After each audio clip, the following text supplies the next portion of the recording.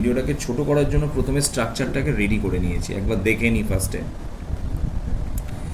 NaCl এর lattice energy bar করতে বলেছে, তাহলে আমরা ফার্স্টে সূত্রটাকে আগে সমীকরণটা তো বুঝিয়েছিলাম, আবার লিখছি।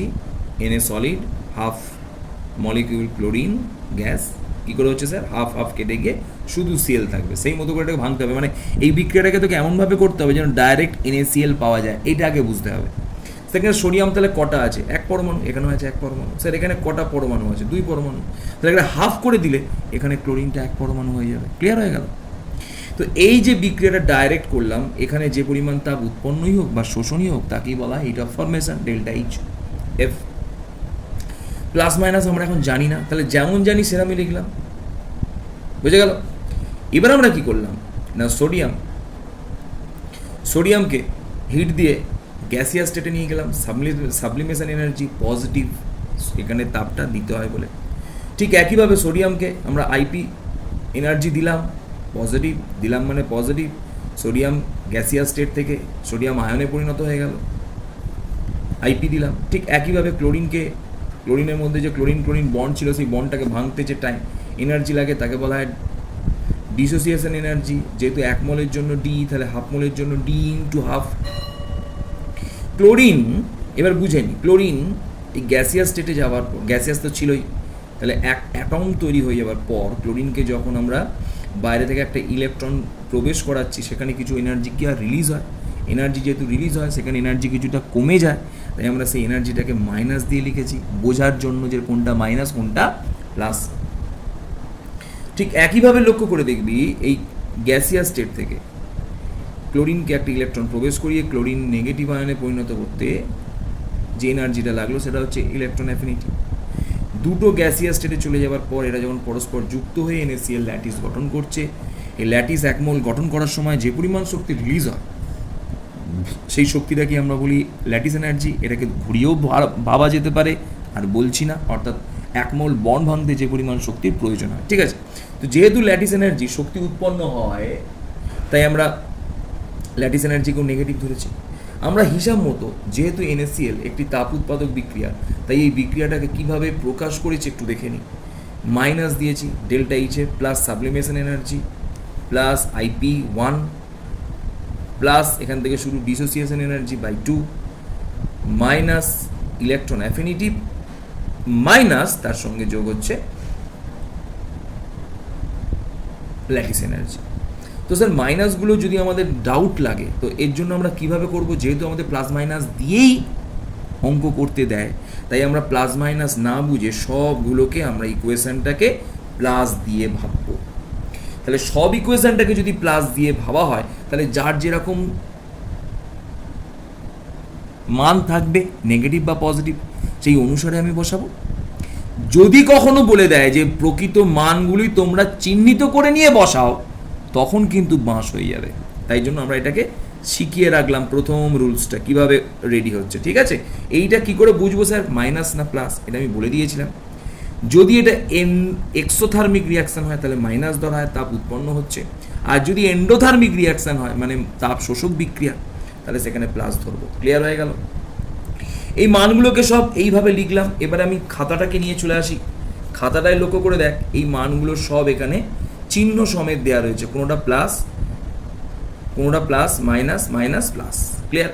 তো এখানে একটা গন্ডগোল করে দেওয়া আছে। গন্ডগোলটা কি না, ইলেকট্রন ভোল্ট আছে, আবার কখনো জুলে আছে, ইলেকট্রন ভোল্ট আছে, জুলে আছে। তো একটা কথা বলে রাখি, ভালো করে জেনে রাখ, ভুল করেছি এটা। এক ইলেকট্রন ভোল্ট সমান 1.6 ইন্টু 10⁻⁻19 জুল। তাহলে এক ইলেকট্রন ভোল্ট সমান 1.6 ইন্টু 10⁻⁻19, 19 না, 19 21 22 মাইনাস 22 কিলো জুল। কিছু অসুবিধা? কিলো জুল মানে 1000 দিয়ে আরও 1000 হয়ে গেল, গুণ হয়ে গেল, তাই তো? কিলো জুল মানে আরও ছোটো, মানে আরও 1000 দিয়ে ভাগ হয়ে গেল, কিছু অসুবিধা নেই। তার মানে ইলেকট্রন ভোল্টের সাথে যদি আমি এটাকে গুণ করি, তাহলে সেটা আমরা কিলোজুল কনসেপ্টে পেয়ে যাব। তার মানে এই অঙ্কতে যে ইলেকট্রন ভোল্টটা দেওয়া রয়েছে, তাহলে আমরা ঐকিক নিয়ম করে নেব।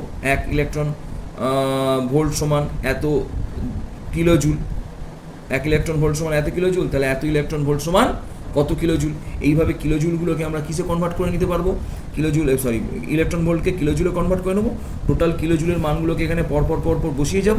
যেটা অ্যান্সার বেরোবে সেটা কিন্তু অবশ্যই নেগেটিভে আসবে, এবং নেগেটিভে এই মানটা যেটা আসবে সেই মানটার আমরা কিলোজুল পার মোল এককে আসবে, অ্যান্সারটা বার করে নেবো। বোঝা গেল? দ্বিতীয়টা একটু দেখে নিই, কারণ একটা ভিডিওর মধ্যে দুটো অঙ্ককে সারতেই হবে আমাকে। ভালো করে দেখে নিই, এটা খুব ইম্পর্ট্যান্ট। তো লিথিয়াম, আমরা লিথিয়াম, আচ্ছা প্রথমে একটা কথা বলি, এটা আমাকে কেউ বলিসনি, এটা আমি সংকেতটা লিখতেই ভুল করেছি দেখ, কিন্তু এটা ভুল হওয়ার প্রবলেম নেই, কারণ আমি শেষকালে আবার এটাকে লিখে দিয়েছি, তাই তো? তাহলে লিথিয়ামটা Li2O হবে, LiO2 কখনো হয় না, কেন? এর ভ্যালেন্সি 1 সেটা বসবে এর গায়ে, এর ভ্যালেন্সি 2 এটা বসবে এর গায়ে, লিখতে গিয়ে ভুল করেছি, ঠিক আছে? তো আমরা একটু দেখে নিই। Li2 আছে, তাহলে লিথিয়াম আছে দুটো, তাহলে এখানে 2 অ্যাটম নিয়েছি, অক্সিজেন আছে একটা, তাহলে হাফ মলিকুল নিয়েছি। এইভাবে আমরা স্টেপ বাই স্টেপ ফার্স্টে লিথিয়াম সলিডকে সাবলিমেশন এনার্জি দিয়ে লিথিয়াম গ্যাস করেছি, সেখানে লিথিয়াম থেকে আইপি দিয়েছি, আইপি দিয়ে লিথিয়াম প্লাস করেছি, লিথিয়াম ডাই পজিটিভ ক্যাটায়ন নয়, তাহলে এখানেই স্টপ হয়ে গেল। ঠিক এইভাবে অক্সিজেনকে আমরা প্রথমে ডিসোসিয়েশন এনার্জি হাফ, তারপর ইলেকট্রন অ্যাফিনিটি, তারপর সেকেন্ড ইলেকট্রন অ্যাফিনিটি, কারণ ইলেকট্রন অ্যাফিনিটি প্রথম ক্ষেত্রে নেগেটিভ হয় এবং অক্সিজেন যেহেতু ডাইনেগেটিভ অ্যানায়ন, তাই আমরা এখানে অক্সিজেনকে আবার দ্বিতীয়বার একটা ইলেকট্রন প্রবেশ করাতে গিয়ে কিন্তু এখানে শক্তি দিতে হয়েছিল, তাই আমরা ইলেকট্রন অ্যাফিনিটিকে পজিটিভ ধরেছি। এগুলো দেখিয়েছি কেন? জানার জন্য। এরপর এরা যুক্ত হয়েছে, যে উত্তাপটা রিলিজ করেছে সেটাকে বলা হয়েছে ল্যাটিস এনার্জি। তো এবার প্রশ্ন হলো, স্যার এটা কীভাবে সাজাবো? তো প্লাস মাইনাস দিয়ে সাজালাম না, আমি কি বলেছি অঙ্ক করার সময় সবগুলোই প্লাস, তাহলে আমরা ডেল্টা এইচ ইকুয়াল টু এগুলো সব ক্লিয়ার। তাহলে ফার্স্টে ডেল্টা এইচ এফ বসালাম, ইকুয়াল টু বসিয়ে যাচ্ছি, দেখ সাবলিমেশন এনার্জি 1 মোলের জন্য এসি, তাহলে 2 মোলের জন্য 2AC। লিথিয়াম গ্যাস থেকে ক্যাটায়ন তৈরি করেছে, আয়োনাইজেশন পোটেনশিয়াল 1 মোলের জন্য আইপি, তাহলে 2 মোলের জন্য 2IP1, ক্লিয়ার হয়ে গেল। প্লাস অক্সিজেন ডিসোসিয়েশন এনার্জি 1 মোলের জন্য ডি, তাহলে 2 মোলের জন্য হাফ ডি, বোঝা গেল। ইলেকট্রন অ্যাফিনিটি প্রথমটা পজিটিভ, তাহলে ইএ লিখলাম 1, তারপরটা লিখলাম EA2। এবার বলি স্যার মাইনাস প্লাস লিখলেন না কেন? আমি কি শেখালাম? সবগুলোই সব প্লাসে লিখবো, অঙ্ক করছি সব প্লাসে লিখবো, শুধু জানা থাকলো plus plus lattice energy U. ঠিক একইভাবে lattice energy equal to delta H F minus এতটাকে কপি করে এখানে পেস্ট করে দিলাম, কিছু অসুবিধা নেই। এবার আমাকে দেখতে হবে স্যার ল্যাটিস এনার্জি কী আছে, প্লাস না মাইনাস বসাবো, জানি না। ল্যাটিস এনার্জি যেমন আছে তেমন আসবে, মাইনাস প্লাস একদম নিয়ে আসবে। Delta H F heat of formation, delta H F এখানে বলে দিয়েছে, লিথিয়ামের গঠন এনথ্যালপি মানে প্রথমেই বলে দিয়েছে, দেখ আমি একটু বসাচ্ছি স্যার, 555 কিলোজুল, ঠিক আছে, মাইনাস ব্র্যাকেট শুরু করলাম, সবগুলোই প্লাসের যেমন আছে লিখি, মাইনাস দিলাম, মাইনাস দিয়ে এবার লিখি সাবলিমেশন এনার্জি ছিল 2 ইন্টু, বুঝে নে একবার, 162, কিছু করার অসুবিধার কথা নয়, plus ionization potential of lithium, তাহলে 2 ইন্টু 520, ক্লিয়ার, কিছু অসুবিধা নেই। এবার কি লিখছি তাহলে, plus bond dissociation energy of oxygen, sir কত বলেছে? 498 ডিভাইডেড বাই 2, কেন নিশ্চয়ই বুঝতে পেরেছিস। প্লাস ইলেকট্রন অ্যাফিনিটির মান বলে দিয়েছে, অক্সিজেনের ফার্স্ট ইলেকট্রন অ্যাফিনিটির মান এখানে মাইনাস আছে স্যার, তাহলে মাইনাস 142, ক্লিয়ার করে নিই, যে মান যা আছে তাই বসালাম। তারপর কত, সেকেন্ড ইলেকট্রন অ্যাফিনিটির মান কত? 884, ব্র্যাকেট ক্লোজ। এগুলো ক্যালকুলেট করে নেবো, ক্যালকুলেট করে যেটা বেরোবে, অ্যান্সারটা বেরোবে, আমি বলে দিচ্ছি, মিলিয়ে নিবি একবার ক্যালকুলেশনটা, কিলো জুল পার মোল। কোনো জায়গায় ডাউট লাগলে আমাকে বলবি। NaF আর ম্যাগনেসিয়াম ক্লোরাইড, এদের মধ্যে কার তড়িৎযোজী ধর্ম বেশি, ইলেকট্রোভ্যালেন্সি বেশি? তো ইলেকট্রোভ্যালেন্সি নির্ণয় করতে গেলে বা আমরা ল্যাটিস এনার্জি নির্ণয় করব, ল্যাটিস এনার্জি যার বেশি তার ইলেকট্রোভ্যালেন্সি বেশি, ক্লিয়ার হয়ে গেল। তাহলে ল্যাটিস এনার্জি ভ্যারিজাস আমি দেখিয়ে দিয়েছিলাম Q1 Q2 বাই আর। এবার দেখা যাক যে ল্যাটিস এনার্জির ক্ষেত্রে লক্ষ্য করে দেখি, এটা +1 এটা -1, এটা +2, এটা -1, এটা দুটো আছে বলে কিন্তু 2 হবে না, ক্লিয়ার তো? তাহলে আমরা যদি চার্জের গুণ করি তাহলে 1:1 সমান 1, প্লাস মাইনাসগুলোকে আমরা অ্যাভয়েড করবো সবসময়। কী করে? ইলেকট্রোভ্যালেন্সি চার্জের গুণ করছি, বুঝতে পেরেছিস? ইলেকট্রোভ্যালেন্ট কম্পাউন্ডের। তো ম্যাগনেসিয়াম ক্লোরাইডের ক্ষেত্রে 2 × 1 সমান 2। তাহলে দেখা গেল যে এদের আধানদ্বয়ের গুণফল যদি 1 হয়, এদের আধানদ্বয়ের গুণফল যদি 2 হয়, তাহলে এদের আয়নের গুণফল অপেক্ষা এর আয়নের গুণফল দ্বিগুণ। এবার তোরা বলতে পারিস, স্যার আপনি তো বাই আর করেছেন, তো আধানের দ্বিগুণ হলে সেই আধানের গুণফলটি যদি দ্বিগুণ হয়, সেই মানটা এতটাই বেশি হয় যে মান এই আকার অর্থাৎ তাদের মধ্যবর্তী ডিস্ট্যান্স কভার করতে পারে না। অর্থাৎ আয়নের চার্জের গুণফলের প্রায়োরিটি আধানদ্বয়ের মধ্যবর্তী দূরত্বের প্রায়োরিটি অপেক্ষা বেশি। তাহলে এটার প্রায়োরিটি ফার্স্ট, এটার প্রায়োরিটি সেকেন্ড। নিশ্চয়ই বোঝা গেল? তার মানে আমরা যদি আকারের উপর ভিত্তি করে করি, হয়তো এর আকারটা বাড়বে, ম্যাগনেসিয়ামের মধ্যে ডিস্ট্যান্সটা কিন্তু অনেকটা বড় হবে। সেখানে সোডিয়াম বা ফ্লোরিনের আকার কিন্তু ডিস্ট্যান্সটা আকার ছোট হওয়ার জন্য ডিস্ট্যান্সটা ছোট হবে। কিন্তু তা সত্ত্বেও আমরা ম্যাগনেসিয়াম ক্লোরাইডের ক্ষেত্রে এই আর এর মান বেশি হওয়া সত্ত্বেও, ভাগফল কম হয়ে যাওয়া সত্ত্বেও, যেহেতু এর চার্জের গুণফল ম্যাগনেসিয়াম ক্লোরাইডের চার্জের গুণফল এর থেকে দ্বিগুণ, তাই এই মানটা কিন্তু অনেক বেশি হবে। তাই দেখা গেল আয়নের গুণফলটাই বেশি প্রেফার করে ল্যাটিস এনার্জির জন্য ব্যাসার্ধের বা দূরত্ব অপেক্ষা। ক্লিয়ার? বোঝা গেল ব্যাপারটা? কেন এটাকে বেশি বললাম, বুঝতে পারা গেল?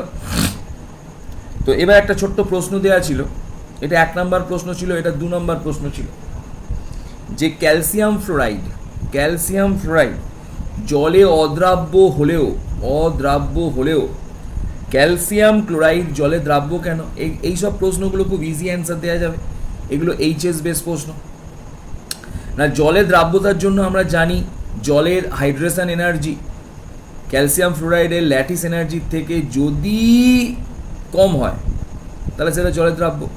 তো দেখা গেছে ক্যালসিয়াম ফ্লোরাইডের ক্ষেত্রে ল্যাটিস এনার্জি ক্যালসিয়াম ক্লোরাইডের ল্যাটিস এনার্জি অপেক্ষা বেশি হয়। এটা কিভাবে ব্যাখ্যা করব না, উভয় ক্ষেত্রেই ক্যালসিয়াম সেম, কিন্তু ফ্লোরিনের আকার ছোট হওয়ায় তাহলে ক্যালসিয়াম এবং ফ্লোরিনের মধ্যে যে ডিস্ট্যান্স আর, সেটা ক্যালসিয়াম আর ক্লোরিন এর ডিস্ট্যান্স অপেক্ষা কী হবে, এই আর ড্যাশ অপেক্ষা কী হবে,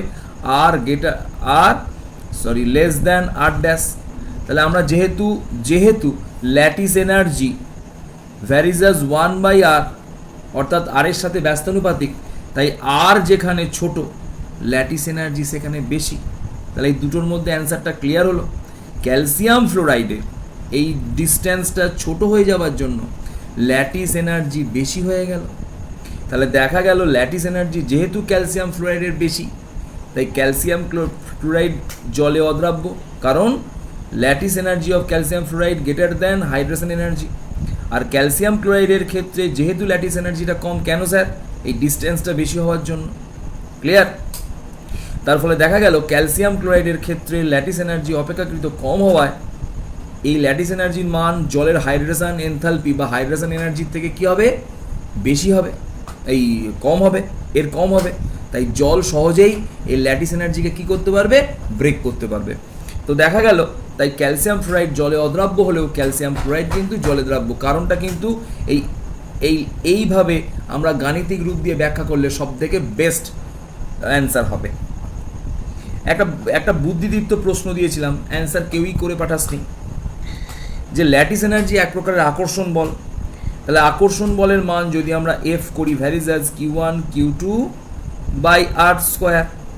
তো ল্যাটিস এনার্জিও যদি একটা আকর্ষণ বল হয়, তাহলে এটা আকর্ষণ বা বিকর্ষণ বল। তাহলে ল্যাটিস এনার্জিও যদি এক প্রকারের আকর্ষণ বা বিকর্ষণ বলের ফল হয়, তাহলে আমরা এর ক্ষেত্রে Q1 Q2/r লিখলাম কেন? এটা পুরোপুরি ফিজিক্স না। আমরা জানি শক্তি সমান, এটাকে বুঝিয়ে দিয়েছিলাম,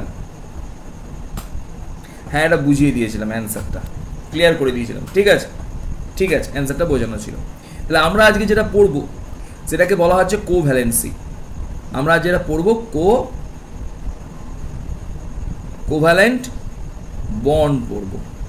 আমরা আজকে যেটা পড়বো সেটাকে বলা হলো কোভ্যালেন্ট বন্ড। ক্লিয়ার করে নিই, কোভ্যালেন্ট বন্ডের যে সংজ্ঞাটা সেটা বই থেকে আমরা করে নেবো খুব ক্লিয়ার করে। কিন্তু সংজ্ঞাটার ক্ষেত্রে আমি একটুখানি বলে দিই ঠিক ইলেকট্রোভ্যালেন্ট কম্পাউন্ডের মতোই কোভ্যালেন্ট বন্ডের সংজ্ঞা।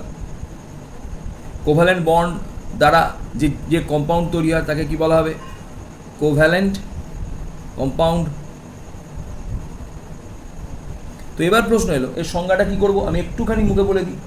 নিকটতম নিষ্ক্রিয় গ্যাসের গঠন কাঠামো লাভের চেষ্টায়, ভালো করে শুনবি, দুটি পরমাণু দুটো কেস হতে পারে। একটা হচ্ছে গ্রাউন্ড স্টেটে, মানে স্থিতাবস্থায়, বা হায়ার এনার্জি লেভেলে বা উদ্দীপিত অবস্থায়। ক্লিয়ার? হয় স্থিতাবস্থায় মানে গ্রাউন্ড স্টেট, নাহলে উদ্দীপিত অবস্থায় এনার্জাইটেড স্টেট। ইলেকট্রন জোড় ব্যবহার করে, সমভাবে ব্যবহার করে যে বন্ধন তৈরি করে সেই বন্ধনকে আমরা বলবো কোভ্যালেন্ট বন্ড। এবং এই কোভ্যালেন্ট বন্ডের মাধ্যমে যে যোজ্যতা সৃষ্টি হয় বা যে রাসায়নিক বিক্রিয়ার ঘটে, রাসায়নিক বিক্রিয়ার মাধ্যমে যৌগ গঠিত হয়, সেটাকেই বলা হলো, যে যৌগ উৎপন্ন হয় তাকে বলা হবে কোভ্যালেন্ট কম্পাউন্ড। তো আমি একটুখানি বলে দিই কোভ্যালেন্সি কি করে নির্ণয় করা হয়। কোভ্যালেন্সি নির্ণয়ের রুলস হচ্ছে, জেনে রাখি, কোনো পরমাণু, একটি পরমাণু, ভালো করে বুঝে নিই, একটি পরমাণু অপর পরমাণুর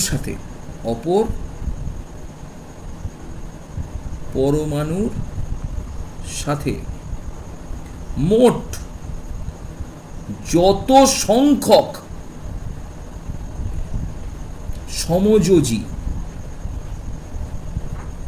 বন্ধন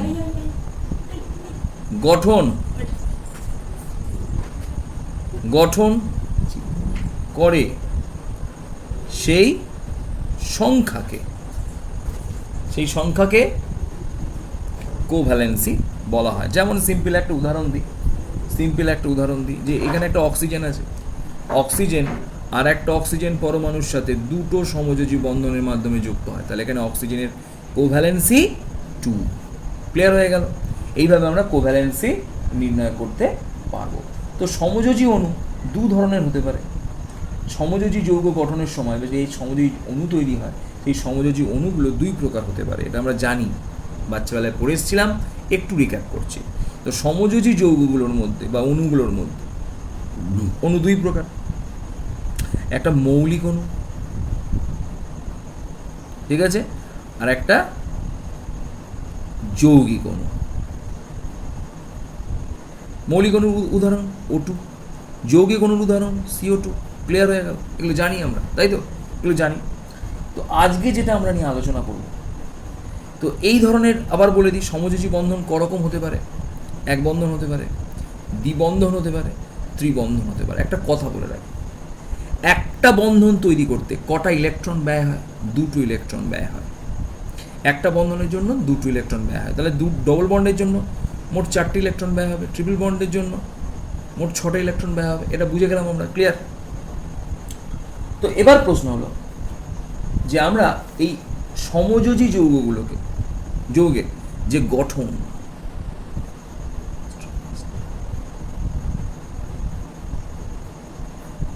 যে স্ট্রাকচার দ্বারা ব্যবহার করা হয়, সেই স্ট্রাকচারকে, সমযোজী যে বন্ধনের যে গঠন, সেই গঠনকে ব্যবহার করার জন্য বিজ্ঞানী লুইস একটি বিশেষ ধারণা দেন। একে আমরা আগেও পড়েছি, একে বলা হয় লুইস ডট স্ট্রাকচার।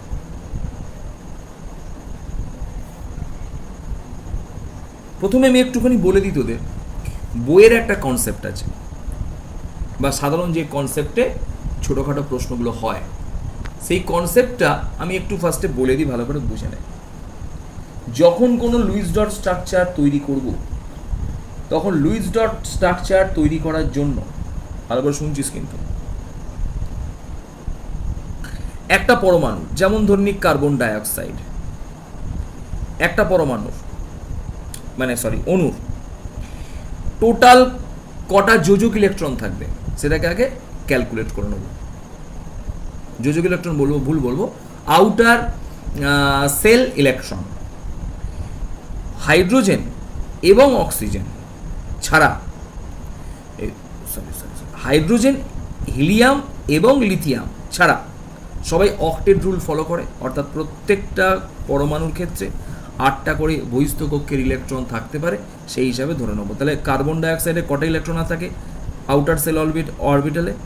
কার্বনের জন্য 8টা, অক্সিজেনের জন্য 8টা, 8 দুগুণে 16, তাহলে মোট কত হলো? 3 8 24টা।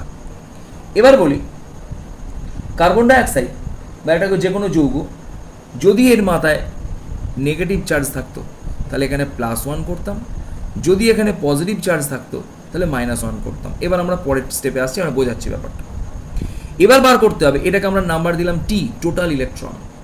এবার বার করছি V, ভ্যালেন্স সেল ইলেকট্রন। মানে ভ্যালেন্স সেল ইলেকট্রন মানে এই যৌগটি ইলেকট্রন বিন্যাস করলে যৌগের মধ্যে যে পরমাণুগুলি আছে সেই পরমাণুর যোজক ইলেকট্রন সংখ্যার মোট যোগফল। এটা হচ্ছে যোজক ইলেকট্রন সংখ্যার যোগফল। V সমান কার্বনের কটা থাকে স্যার? 4টে। অক্সিজেনের কটা থাকে? 6টা। তাহলে 2 × 6, তাহলে কত হলো? 6 দুগুণে 12 আর 4 16। ক্লিয়ার হয়ে গেল? এবার আমরা বার করব শেয়ার্ড ইলেকট্রন, অর্থাৎ কতগুলো ইলেকট্রন বন্ধন গঠনে অংশগ্রহণ করে। বন্ধন গঠনে অংশগ্রহণকারী ইলেকট্রন, এটাকে শেয়ার ইলেকট্রনও বলা হয়। এসি, এটাকে আমরা বইয়ের ভাষায় করছি যেহেতু এস দিয়ে লিখলাম, share electron for S. Clear? বোঝা যাচ্ছে? তাহলে শেয়ার ইলেকট্রন কটা হলো? শেয়ার ইলেকট্রনের সূত্র হচ্ছে total electron minus valence electron. তাহলে কত হলো? 24 - 16, তাহলে মোট ইলেকট্রন সংখ্যা হলো 8টা। বন্ধন জোড় গঠনে ইলেকট্রন সংখ্যা 8টা। একটা কথা বলে রাখি, ভ্যালেন্স সেল ইলেকট্রন নির্ণয় করার সময় একটা সূত্র আছে। যদি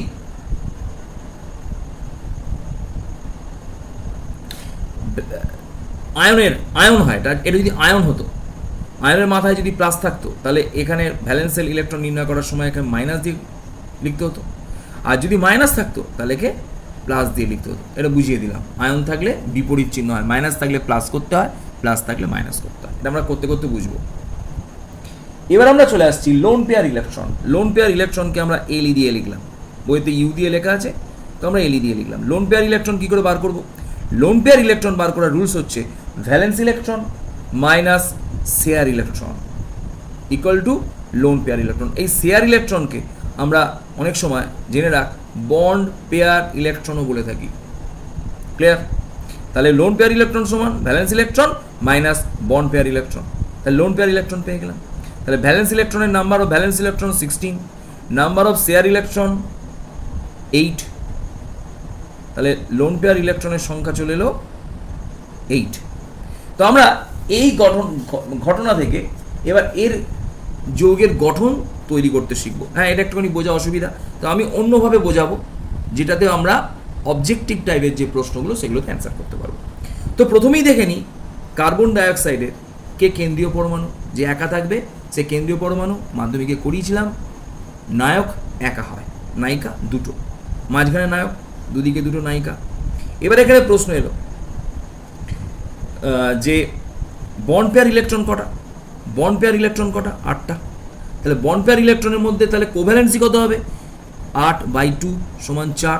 তাহলে মোট এখানে বন্ধন জোড় ইলেকট্রন সংখ্যা কটা? 8টা। তাহলে বন্ধন সংখ্যা কটা হবে? 4টে। কেন না, আমরা জানি বন্ধন ইলেকট্রন সংখ্যাকে 2 দিয়ে ভাগ করলে কোভ্যালেন্সি পাওয়া যায়, সমযোজ্যতা পাওয়া যায়। কটা? 4টে। তাহলে 4টে যদি থাকে এবং কার্বন যদি মাঝে থাকে তাহলে প্রত্যেকজনকে কটা করে হাত দেবে? 2টো করে হাত দেবে। কীভাবে করতে হয় একটু বুঝিয়ে দিই। মাধ্যমিকের মতো করে সোজা করে ভাবলে কিন্তু আমরা আয়নের স্ট্রাকচার করতে পারবো না। এবার প্রশ্ন হলো স্যার লোন পেয়ার কটা আছে? 8টা। তো এবার দেখে নিই কার্বনের কটা ইলেকট্রন আছে কেন্দ্রে? 1 2 3 4 5 6 7 8। কার্বনের অক্টেট কমপ্লিট, অক্টেট কমপ্লিট। এবার লক্ষ্য করে দেখি লোন পেয়ার ইলেকট্রন সংখ্যা আছে আমার 8টা, তাহলে আমি লোন পেয়ারকে 1 2 3 4 দুজনকে ভাগ করে দিতে পারি, 1 2 3 4 যেহেতু দুটো সমান। এবার লক্ষ্য করে দেখ 1 2 3 4 5 6 7 8, তাহলে অক্সিজেনের অক্টেট কমপ্লিট, অক্সিজেনের অক্টেট কমপ্লিট, এইভাবে করা হয়। কিন্তু যখন আমাদের আয়ন স্ট্রাকচার করতে দেবে এই রুলস বেটার নয়, তাই আমরা যে রুলসটা বেটার সেই রুলসটা শিখব, বইয়ের মতো করে কিন্তু নয়। ভিডিও যে রুলস ফলো করছি সেই রুলসে কিন্তু আমরা বিভিন্ন ধরনের যে এমসিকিউগুলো আসে, অর্ডারগুলো থাকে, তার মধ্যে হয়তো অনেক সময় বলে দেয় যে কোনটা সঠিক, কোনটা অথেন্টিক লুইস ডট স্ট্রাকচার। তো তার সময় কোনটা বেস্ট সেটা জানার জন্য আমি যে রুলসটাকে বলছি এটা সব থেকে অথেন্টিক রুল লুইস ডট স্ট্রাকচারের। কারণ লুইস ডটের কিছু ত্রুটি ছিল যেটা পরবর্তীকালে ভ্যালেন্স বন্ড থিওরি ভিভিটি সেটাকে কিছুটা ত্রুটিমুক্ত করেছিল, যে কি প্রবলেম। তো ভিভিটিও কিছুটা দুবিধায় চলে এলো, যে ঠিক গঠন ভিভিটি ব্যাখ্যা করতে পারলো না। তার জন্য পরবর্তীকালে এলো VSEPR, valence shell electron pair repulsion theory. এটা এক প্রকার ভেসপার থিওরিও হিসাবে পরিচিত। এর ফুল ফর্মটা বলে দিলাম, valence shell electron pair repulsion theory. এ যৌগগুলোর প্রকৃত 3D স্ট্রাকচার কীরকম হবে ব্যাখ্যা করতে সমর্থ হয়েছিলেন, এই স্ট্রাকচার দ্বারা করা যায়। তো আমরা আজকে ফার্স্টে যেটা শিখছি সেটা হচ্ছে লুইস ডট। লুইস ডট এর জন্য কতগুলো রুলস আছে, সেই রুলসগুলো আমরা বলে যাব ফার্স্ট। 1 নাম্বার, প্রথমেই বলি লুইস ডট স্ট্রাকচারের ক্ষেত্রে যে অক্টেট রুল আছে,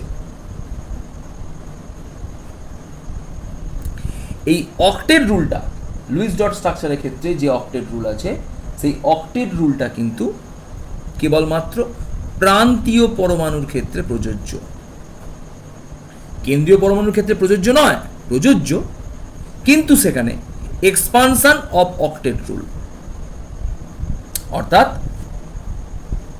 প্রান্তীয় পরমাণু সর্বদাই অক্টেট রুল ফলো করে, কিন্তু কেন্দ্রীয় পরমাণু অক্টেট রুল ফলো নাও করতে পারে।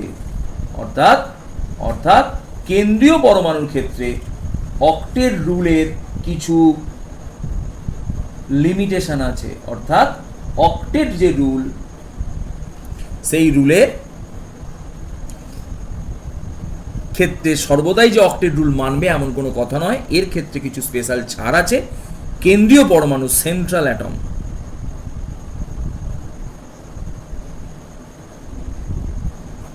অক্টেট রুলের বেশিও ইলেকট্রন রাখতে পারে। বোঝা গেল কি বললাম? বুঝতে পারলাম না, বোঝাচ্ছি। তাহলে ফার্স্ট এই রুলসটা আগে জানলাম, এটা আগে ফার্স্টে লিখলাম। 2 নম্বর বলছি, যখন কোনো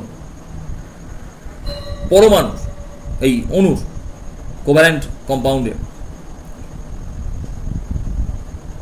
একাধিক পরমাণু থাকবে, যে পরমাণুর সংখ্যা কম, এটা আমরা বাচ্চাবেলায় মানে মাধ্যমিকে শিখিয়েছিলাম, নায়ক যদি একটা হয় তাহলে তাকে কেন্দ্রে রেখে নাচ করানো হবে, নায়িকা যদি একাধিক হয় তাকে চারধারে রেখে নাচ করানো হবে, এটা কিন্তু আমরা বলেছিলাম অনেকবার।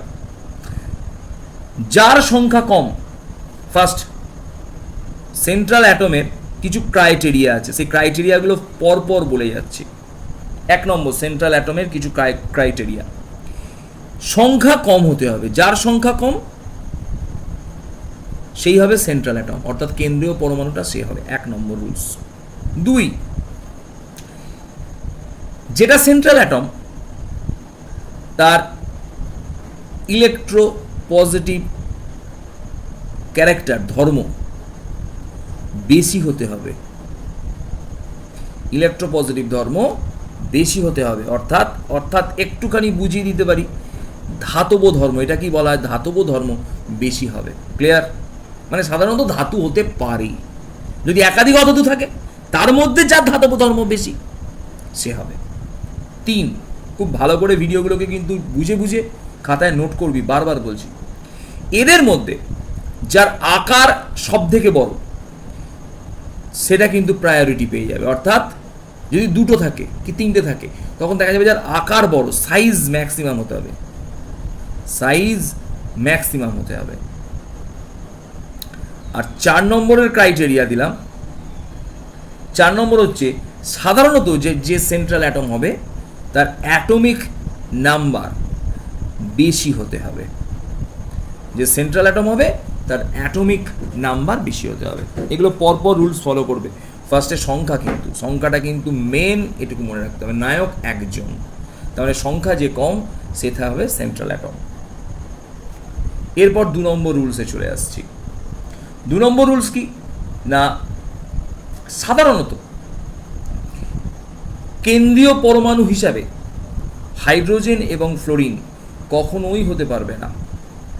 সাধারণত কেন্দ্রীয় পরমাণু হাইড্রোজেন বা ফ্লোরিন হবে না।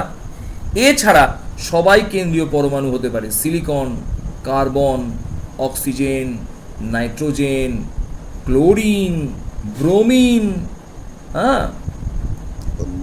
ফসফরাস, সালফার, এরা সবাই কিন্তু কেন্দ্রীয় পরমাণু হতে পারে। 3 নম্বর রুলস এলাম। আচ্ছা, প্রথমে কিন্তু এটা বলে দিয়েছি অক্টেটটাকে ফলো করছে প্রান্তীয়, কিন্তু সেন্ট্রাল অ্যাটম অক্টেটকে ফলো করতেও পারে বা তার থেকে বেশি হতে হবে, মানে অক্টেট ফলো করতেই হবে। ভালো করে বুঝে নি, 8টা কমপ্লিট করতেই হবে, 8টার কম হলে চলবে না, কিন্তু তার থেকে বেশি করতে পারে। ক্লিয়ার? এবার চলে আসছে, প্রত্যেকটা যে সেন্ট্রাল অ্যাটম, সেই সেন্ট্রাল অ্যাটমের একটা করে কোভ্যালেন্সি আছে। সেন্ট্রাল অ্যাটমের একটা করে কি আছে? কোভ্যালেন্সি। তো প্রথমেই বলি কোভ্যালেন্সি কি আমি বুঝিয়ে দিয়েছি, অর্থাৎ সমযোজ্যতা কত হতে পারে। যেমন আমি কিছু কিছু সমযোজ্যতা বলে দিচ্ছি। ফার্স্ট প্রথমে নাইট্রোজেন, তারপর অক্সিজেন, তারপর phosphorus, carbon, nitrogen 5, 7, 6, carbon, helium, lithium, beryllium, boron, carbon, nitrogen. আচ্ছা, ফার্স্টে কার্বনকে লিখলাম, কার্বন, নাইট্রোজেন, অক্সিজেন, ফসফরাস, তারপর লিখলাম সালফার, তারপর লিখলাম কার্বনের সাথেই লিখলাম সিলিকন, একসঙ্গে লিখলাম। ক্লিয়ার? আর লাস্টে লিখলাম ক্লোরিন। ভালো করে বুঝে নি, ক্লিয়ার করে বুঝে নি। ক্লিয়ার? বোঝা যাচ্ছে? তাহলে প্রথমে বলে দিই, এই যে সেন্ট্রাল অ্যাটমগুলোর কথা ভাবলাম, এই সেন্ট্রাল অ্যাটমগুলোর কিছু কিছু কোভ্যালেন্সি ফিক্সড আছে। যেমন যেমন এদের একটা বিশেষ ধর্ম দেখা যায়, এদের বলা হয় পরিবর্তনশীল যোজ্যতা। পরিবর্তনশীল যোজ্যতা বা ভ্যারিয়েবল কোভ্যালেন্সি। ভ্যারিয়েবল কোভ্যালেন্সি আর লিখলাম না, ভ্যারিয়েবল কোভ্যালেন্সি, অর্থাৎ এদের একাধিক যোজ্যতা দেখা যায়। কেন দেখা যায় আমরা পরে ভিডিওতে বা তারপরে ভিডিওতে বোঝাবো।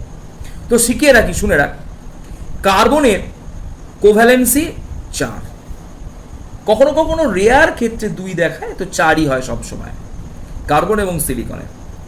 নাইট্রোজেনের কোভ্যালেন্সি ম্যাক্সিমাম হতে পারে 5, কিন্তু কখনোই নাইট্রোজেন কখনোই কোভ্যালেন্সি 5 দেখায় না। কোনো কম্পাউন্ড নেই যেখানে নাইট্রোজেনের কোভ্যালেন্সি 5, কারণ একটা আছে, এখানে ডি অরবিটাল নেই তাই। তো সাধারণত 3 দেখায়, অনেক সময় 4 দেখায়, ম্যাক্সিমাম এর ক্ষেত্রে 4। অক্সিজেনের কোভ্যালেন্সি সবসময় প্রায় 2, কখনো কখনো 1 দেখাতে পারে, কখনো কখনো রেয়ার 3 হতে পারে, এগুলো রেয়ার কেস। ফসফরাস নাইট্রোজেনের গ্রুপেরই একজন, মানে নাইট্রোজেনের দাদা ফসফরাস। তো তাই ফসফরাস সাধারণত 5 কোভ্যালেন্সি দেখাবে, কখনো কখনো 3ও দেখাতে পারে, ম্যাক্সিমামটা কিন্তু 5। সালফারের 2 হতে পারে, 4 হতে পারে, 6 হতে পারে, ম্যাক্সিমাম কোভ্যালেন্সি কিন্তু 6। ভালো করে বুঝে নেবো কিন্তু ব্যাপারগুলো। ক্লোরিনের ম্যাক্সিমাম কোভ্যালেন্সি 7, এর আগে 1 দেখাতে পারে, 3 দেখাতে পারে, 5 দেখাতে পারে, বুঝিয়ে দিলাম, কিন্তু ম্যাক্সিমাম কোভ্যালেন্সি কিন্তু 7। এগুলো জেনে রাখছি। স্যার এইভাবে কেন বলছেন ম্যাক্সিমাম? না, নিশ্চয়ই এর কাজ আছে, তাই ম্যাক্সিমাম বলছি। সেন্ট্রাল অ্যাটম সাধারণত প্লাস চার্জ হবে, সেন্ট্রাল অ্যাটমের চার্জ সর্বদা প্লাস হবে, এবং প্রান্তীয় অ্যাটম, কর্নার অ্যাটম কর্নার অ্যাটমের ক্ষেত্রে অর্থাৎ প্রান্তীয় পরমাণুর ক্ষেত্রে চার্জ সাধারণত নেগেটিভ হবে। বোঝা গেল কি বললাম? এবার একটা কথা বলি, ভালো করে শুনে নি, কিন্তু রুলসটা বুঝেছি। এবার আমরা একটা কথা বলি, একটা টোটকা বলি। টোটকাটা শুনে না। কার্বনের ক্ষেত্রে সাধারণ কোভ্যালেন্সি 2, ভালো করে বুঝবি। স্যার থেকে যদি বাড়ে, স্যার বাড়লে কি হয় না, তাকে বলে প্লাস। তার মানে কখনো কখনো অক্সিজেনের, কার্বনের নয় স্যার, অক্সিজেনের কোভ্যালেন্সি 2, কখনো কখনো কোভ্যালেন্সি 3 হতে পারে, ওজনে হয় 3 হতে পারে। যদি কোভ্যালেন্সি 3 হয় তার মানে ভ্যালেন্সি বাড়লো না কমলো? বাড়লো। বুঝে রাখি, প্লাস হবে। স্যার কত বাড়লো? 1 বাড়লো, 1 প্লাস। তার মানে চার্জ হবে তো 1 প্লাস। অক্সিজেনের কোভ্যালেন্সি 2, যদি 1 হয় তাহলে কমলো না বাড়লো না? স্যার কমে গেল, তাহলে চার্জ হয়ে যাবে তার মাইনাস। ঠিক একইভাবে নাইট্রোজেনের সাধারণ কোভ্যালেন্সি 3, যদি 4 হয় কোভ্যালেন্সি, তখন 1 বাড়ছে মানে শুধু প্লাস। বুঝতে পারলাম? ব্যাপারগুলো ক্লিয়ার হচ্ছে? এটা টোটকা দিচ্ছি, কাজে লাগবে পরে। কার্বনের কোভ্যালেন্সি কত স্যার? 4 থাকলে কোভ্যালেন্সি 4 থাকলে কার্বন কত হয়? সাধারণত 0। স্যার যদি কখনো কার্বনের কোভ্যালেন্সি 3 হয়, যদি কখনো হয়, আমরা যৌগ দেখাবো কার্বনের কোভ্যালেন্সি 3 হতে পারে, তখন স্যার মাইনাস হয়ে যাবে 1। ক্লিয়ার হয়ে গেল? বোঝা গেল? কেন স্যার 4 হচ্ছে 0, তাহলে 1 কমছে মানে -1। যদি স্যার 5 হতো, যদি হতো, হয় না, যদি হতো, তাহলে স্যার আমরা তখন ওটা কি বলতাম না, তখন স্যার +1 নেবো। একদম ঠিক, এইভাবে বুঝতে হবে। আমি এইটাই তোদের বলছিলাম। তো এই ফার্স্টেই যেটা বোঝাতে চাইছি সেটা ভালো করে বুঝে নে। আমরা একটা যে কোনো যৌগ দিচ্ছি, যে কোনো যৌগ মানে আমরা ফার্স্টে জল নিয়ে ভাবছি। স্যার এর মধ্যে সেন্ট্রাল অ্যাটমকে না, স্যার আমাদের সব ইলেকট্রোপজিটিভ ধর্ম জানার দরকার নেই। আমরা ডাইরেক্ট দেখব নায়ক, দুটো নায়িকা, নায়ককে মাঝে লিখব, দুদিকে দুটো নায়িকাকে লিখে দেবো। System, first system. প্রথমে একটা কথা বলি, নায়ক নায়িকাগুলোর সঙ্গে যখন যুক্ত হবে, এটা আগেও শিখিয়েছিলাম, মিনিমাম একটা করে হাত কিন্তু আগে দিয়ে দেবো, কিচ্ছু চিন্তা করব না, আগে একটা করে হাত দেবো, প্রয়োজন হলে হাত দেবো, নাহলে দেবো না। ক্লিয়ার? এবার আসছি রুলসটা ফার্স্টে শিখছি। প্রথমেই আমরা টোটাল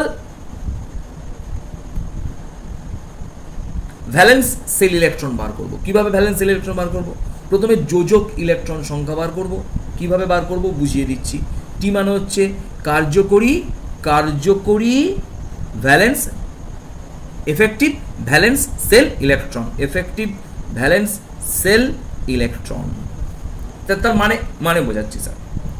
হাইড্রোজেনের যোজক ইলেকট্রন কত? 1। এর কত স্যার? 1। তাহলে মোট কত হলো স্যার? 2। অক্সিজেনের কত যোজক ইলেকট্রন? এগুলো তোরা জানিস তো সব। অক্সিজেনের 8 পরমাণু ক্রমাঙ্ক, তাহলে যোজক ইলেকট্রন কত হবে? 2, 6। তাহলে 6 হচ্ছে যোজক ইলেকট্রন। ক্লিয়ার তো?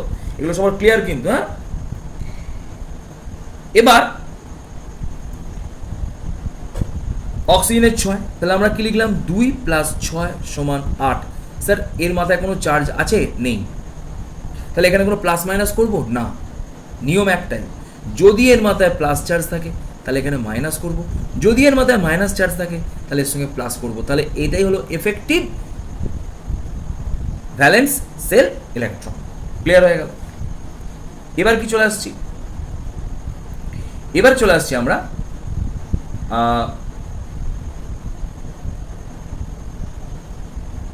এটাকে আমরা টোটাল ইলেকট্রন ধরে নিলাম। এবার চলে আসছি বন্ড পেয়ার ইলেকট্রন। ঠিক আছে? তাহলে এবার আমরা চলে এলাম বন্ড পেয়ার ইলেকট্রন। তাহলে বন্ড পেয়ার ইলেকট্রন কিভাবে করবো? স্যার এখানে কটা বন্ড আছে? 2টো বন্ড আছে। ভালো করে বুঝবো। স্যার 2টো বন্ড থাকলে স্যার কটা ইলেকট্রন হয়? না, একটা বন্ডের জন্য স্যার 2টো ইলেকট্রন, তাই তো? তাহলে 2টো বন্ডের জন্য 4টি ইলেকট্রন। তাহলে এখানে বন্ড পেয়ার ইলেকট্রন কটা? বন্ড পেয়ার ইলেকট্রন কটা? এটা অনেক সময় স্মল লেটারেও লেখা হতে পারে। বন্ড পেয়ার ইলেকট্রন কটা? না স্যার 4টে। এবার lone pair electron, lone pair electron স্মলে LPE দিয়েও লেখা যায়। লোন পেয়ার ইলেকট্রন কটা? না, লোন পেয়ার ইলেকট্রনের সূত্র হচ্ছে T minus BPE, bond pair electron, তাই তো? তাহলে কটা হবে? 8টা মাইনাস 4টে সমান কটা হবে? 4টে। তাহলে কি দেখা গেল? এবার শুনে নি, এই লোন পেয়ার ইলেকট্রনের অর্থ হলো, ভালো করে বুঝছি কিন্তু, ক্লিয়ার করে নেবো, পয়েন্ট থেকে খুব টাফ আসবে আস্তে আস্তে। লোন পেয়ার ইলেকট্রনের অর্থ হলো, লোন পেয়ার ইলেকট্রন দেবো কাকে? লোন পেয়ার ইলেকট্রন থাকবে কর্নার যে পরমাণুগুলো বা প্রান্তীয় যে পরমাণুগুলো তার, ভালো করে বুঝছি কিন্তু। তাহলে আমার যদি 4টে লোন পেয়ার থাকে, তাহলে আমি কিভাবে কর্নার পরমাণুগুলোকে দেবো? আগে দেখে নেবো কর্নার পরমাণুগুলো কটা পেতে চাইছে। না 1 2, তাহলে হাইড্রোজেনের স্যার 2টো ইলেকট্রন তো হয়েই গেছে, এ তো ডুপ্লেট ল ফলো করে, তাহলে এ আর কেন লোন পেয়ার পাবে? একদম ঠিক। ঠিক একভাবে এই হাইড্রোজেনও লক্ষ্য করে দেখ, 2টো ইলেকট্রন পেয়ে গেছে, তাহলে এও ডুপ্লেট ল, তাহলে এও কিন্তু কোনো ইলেকট্রন নেবে না। তাহলে লোন পেয়ার ইলেকট্রনগুলো যেগুলো পড়ে রইলো সেগুলোর দায়িত্ব কার মাথায় চেপে গেল? অক্সিজেনের মাথায়। অক্সিজেনের মাথায় বাকি 4টে লোন পেয়ারকে দিতেই হবে। এবার চেকিং করতে হবে যে অক্সিজেন কটা ইলেকট্রন পেয়েছে, 1 2 3 4 5 6 7 8। লক্ষ্য করে দেখ, অক্সিজেনের কিন্তু অক্টেট রুল এখানে ফলো করেছে, নাও করতে পারতো, বেশি হতে পারতো, কিন্তু ফলো করেছে। কারণ আমরা জানি অক্সিজেনের ভ্যালেন্সি ম্যাক্সিমাম 2, তাহলে অক্সিজেনের যেহেতু 2 ভ্যালেন্সি, তাই অক্সিজেন এখানে 2টো ভ্যালেন্সি তো হয়ে গেছে স্যার। তাহলে অক্সিজেন এখানে অক্টেট রুল এবং 2 ভ্যালেন্সি কভার আপ করে ফেলেছে, তাই এটাই হয়ে গেল লুইস ডট। ক্লিয়ার হয়ে গেল? এটা লুইস ডট। এবার তোর যদি মনে হয় স্যার এটাকে আমরা এইভাবে সাজাতে পারি কি? হ্যাঁ অবশ্যই পারি, অবশ্যই পারি, এইভাবে সাজাতে পারি। অক্সিজেন এগুলো লোন পেয়ার। এবার একটা কথা বলি, অনেকে এটা মনে করেন যে এই হাইড্রোজেনটা কে আলাদা দেওয়া হয় আর অক্সিজেনগুলোকে আলাদা দেওয়া হয়, এভাবেও করা যেতে পারে। ঠিক আছে, তুই যেভাবে কিছু করতে পারিস, অসুবিধা কিছু নেই, কারণ আমাদের এখন আর এইগুলো নিয়ে খুব একটা ফ্যাক্টর আসবে না। বোঝা গেল কিভাবে গঠনটা তৈরি করলাম? ক্লিয়ার? যদি এটা তুই বুঝে থাকিস তাহলে ফার্স্ট গঠন কর এইচ, এটার সাথে সাথেই আমি দিলাম এটা, কারণ এর সঙ্গে এর মিল আছে, H3O+। এর গঠন কিভাবে হবে সেটা করব। তো একটা ফার্স্ট কথা বলে রাখি, শুনে রাখ। আমরা কোভ্যালেন্ট কম্পাউন্ডের পর কিন্তু কোঅর্ডিনেট কম্পাউন্ড অসমযোজী বন্ধন দেখালাম না, কারণ জেনে রাখ, কারণ মোর অথেন্টিক রুলসটা হচ্ছে আমরা লুইস ডটের ক্ষেত্রে কোঅর্ডিনেট বন্ডকে অ্যালাউ করছি না। ক্লিয়ার? লুইস ডটের ক্ষেত্রে আমরা সবসময় কোভ্যালেন্ট বন্ডকেই গ্রাহ্য অগ্রাধিকার দেবো, কোঅর্ডিনেট বন্ডকে অগ্রাধিকার দেবো না। তাহলে আমরা হয়তো বুঝিনি, তবু আমি তো দিয়ে রাখি, তোরা যারা একটু অ্যাডভান্স তার অ্যান্সারগুলো করে পাঠাস, তো তার মধ্যে কিছু ভুল হয়, দেখা যাক এর অ্যান্সারটা তোরা কর। এরপর তোরা আমাকে করে দেখাতে পারিস CO3 2-। এই আয়নগুলো করার জন্য আমি যে রুলস বললাম এটা সব থেকে বেস্ট রুলস। ক্লিয়ার? এর গঠনটা করতে দিয়েছিলাম, ভালো করে শুনে নি। যে রুলস ফলো করলে সব থেকে এফেক্টিভ গঠন তৈরি করা যায়, কোনো গঠনই কিন্তু ভুল নয়, কিন্তু এমসিকিউয়ে যদি একাধিক গঠন দিয়ে দেয় তখন কোনটা মোর এফেক্টিভ সেটাকে আমাকে টিক দিতে হবে। তাই মোর এফেক্টিভ গঠন শেখানোর জন্য একটা রুলস আমি তোদের শেখাচ্ছি। ফার্স্ট হচ্ছে effective valence shell electron. Effective valence shell electron বলতে বোঝায় যে যৌগ বা আয়নটা দিয়ে দিয়েছে সেই যৌগ বা আয়নের প্রতিটি অ্যাটমের আউটার অরবাইটালে যটা করে ইলেকট্রন থাকে তাদের সমগ্র ইলেকট্রনগুলির যোগফলের সমষ্টিকেই আমরা টোটাল ভ্যালেন্স সেল ইলেকট্রন বলবো। এবার তুই পড়ছিস বলে তোর কান্না পাচ্ছে নাকি রে? এবার কিভাবে valence shell effective valence shell electron বার করব একটু দেখে নিই। এটাকে আমরা ইভি দিয়ে চিহ্নিত করব, এফেক্টিভ ভ্যালেন্স সেল ইলেকট্রন। তা কিভাবে করব এটা আমি আমার মতো করে ভাবছি, এটা অ্যাকচুয়ালি কিছু মানে রুলস নেই। তাহলে প্রথমে দেখে নিই হাইড্রোজেনের যোজক ইলেকট্রন বা ভ্যালেন্স সেল ইলেকট্রন মানে যোজক ইলেকট্রন, বহিস্থকক্ষিক ইলেকট্রনকে ভ্যালেন্স সেল ইলেকট্রন বলে। কটা না স্যার, হাইড্রোজেনের একটা। কটা হাইড্রোজেন আছে? তিনটে। প্লাস অক্সিজেনের কত ভ্যালেন্স সেল ইলেকট্রন? ছটা। কটা আছে? একটা। তাহলে total valence shell number of valence shell electron হলো 3 + 6 = 9টি। ক্লিয়ার করে নিই। এবার যদি মাথায় চার্জ প্লাস থাকে, শুনে রাখ প্রশ্ন, এফেক্টিভ ভ্যালেন্স সেল ইলেকট্রন সমান এফেক্টিভ ভ্যালেন্স সেল ইলেকট্রনের সূত্র হচ্ছে ভ্যালেন্স সেল ইলেকট্রন। শুনছিস সূত্রটা বসাচ্ছি। এফেক্টিভ ভ্যালেন্স সেল ইলেকট্রনের সূত্র হচ্ছে ভ্যালেন্স সেল ইলেকট্রন মানে V minus plus charge plus minus charge, এই হলো এফেক্টিভ ভ্যালেন্স সেল ইলেকট্রন। তো ভ্যালেন্স সেল ইলেকট্রনের সাথে যদি চার্জ প্লাস থাকে সেটাকে মাইনাস করতে হয়, যদি মাইনাস চার্জ থাকে সেটাকে প্লাস করতে হয়। তাহলে এখানে কি হবে স্যার? ভ্যালেন্স সেল ইলেকট্রন আগে বার করে নিলাম, বোঝার অসুবিধা হবে না কিন্তু ভিডিওগুলো খুব ভালো করে দেখ। চার্জ কত আছে স্যার? প্লাস, তাহলে কি হবে? মাইনাস। চার্জ কত? চার্জ প্লাস 1, তার মানে আমরা 1 মাইনাস করে দিলাম। কিছু অসুবিধা? তাহলে effective valence shell electron number of effective valence shell electron কত হয়ে গেল? 9 আর -1 = 8 হলো। কিছু অসুবিধা নেই। আমি এটা খুব ধরে ধরে করাচ্ছি কারণ এটা ফার্স্ট এডটা বলছি বলে। এবার কি বার করব? এবার বার করব ভ্যালেন্স সেল ইলেকট্রন বেরিয়ে গেল। এবার আমরা চলে আসছি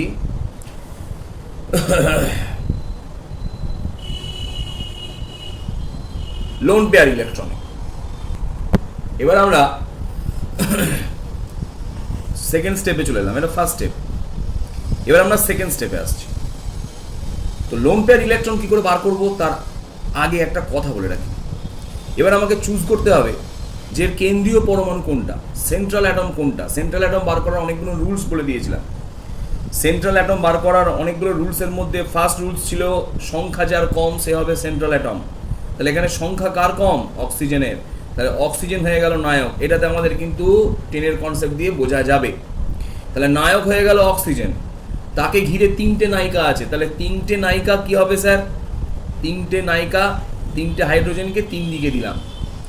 সেকেন্ড রুলস পড়াতেও বলেছিলাম যে কেন্দ্রীয় পরমাণুর সাথে প্রান্তীয় পরমাণু, এগুলোকে কি বলা হয়? কর্নার অ্যাটম, মানে প্রান্তীয় পরমাণু। কেন্দ্রীয় পরমাণুর সাথে প্রান্তীয় পরমাণুকে যুক্ত করতে গেলে মিনিমাম একটা হাত বাড়াতেই হবে, বলে দিয়েছিলাম কিন্তু এটা দেখবি যে একটা করে হাত বাড়াতেই হবে। নায়ক একটা হাত বার করবে, নায়িকাও একটা হাত বার করবে, এটা মিনিমাম প্রসেস। তাহলে নায়ক এবং নায়িকার মধ্যে মিনিমাম ফার্স্টে সেকেন্ড স্টেপে একটা করে আমি কি দিয়ে দিলাম? বন্ধন তৈরি করে দিলাম, সিঙ্গেল বন্ড। এগুলোকে বলা হয় সিঙ্গেল বন্ড তৈরি করলাম। এই সিঙ্গেল বন্ডে কটা করে কার্বন থাকে? একটা সিঙ্গেল বন্ডের জন্য কটা করে কার্বন থাকে? 2টো করে কার্বন থাকে। কারণ আমরা একটা সিম্পল কথা জানি, 2টো কাল্পনিক বিন্দুর মধ্যবর্তী সঞ্চার পথকেই সরলরেখা বলে।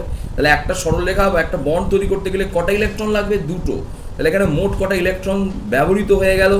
6টা। তাহলে এই দ্বিতীয় সূত্র অনুসারে, মানে দ্বিতীয় রুলস অনুসারে, দ্বিতীয় পার্ট অনুসারে এখানে আমরা কি বার করব? তারপরই bond pair electron. Bond pair electron কটা বেরোলো? 6টা। কেন স্যার 6টা বেরোলো? বুঝতে পেরেছিস? যটা বন্ধন তৈরি হবে তার সঙ্গে 2 দিয়ে গুণ করলে বন্ড পেয়ার ইলেকট্রন পাওয়া যাবে।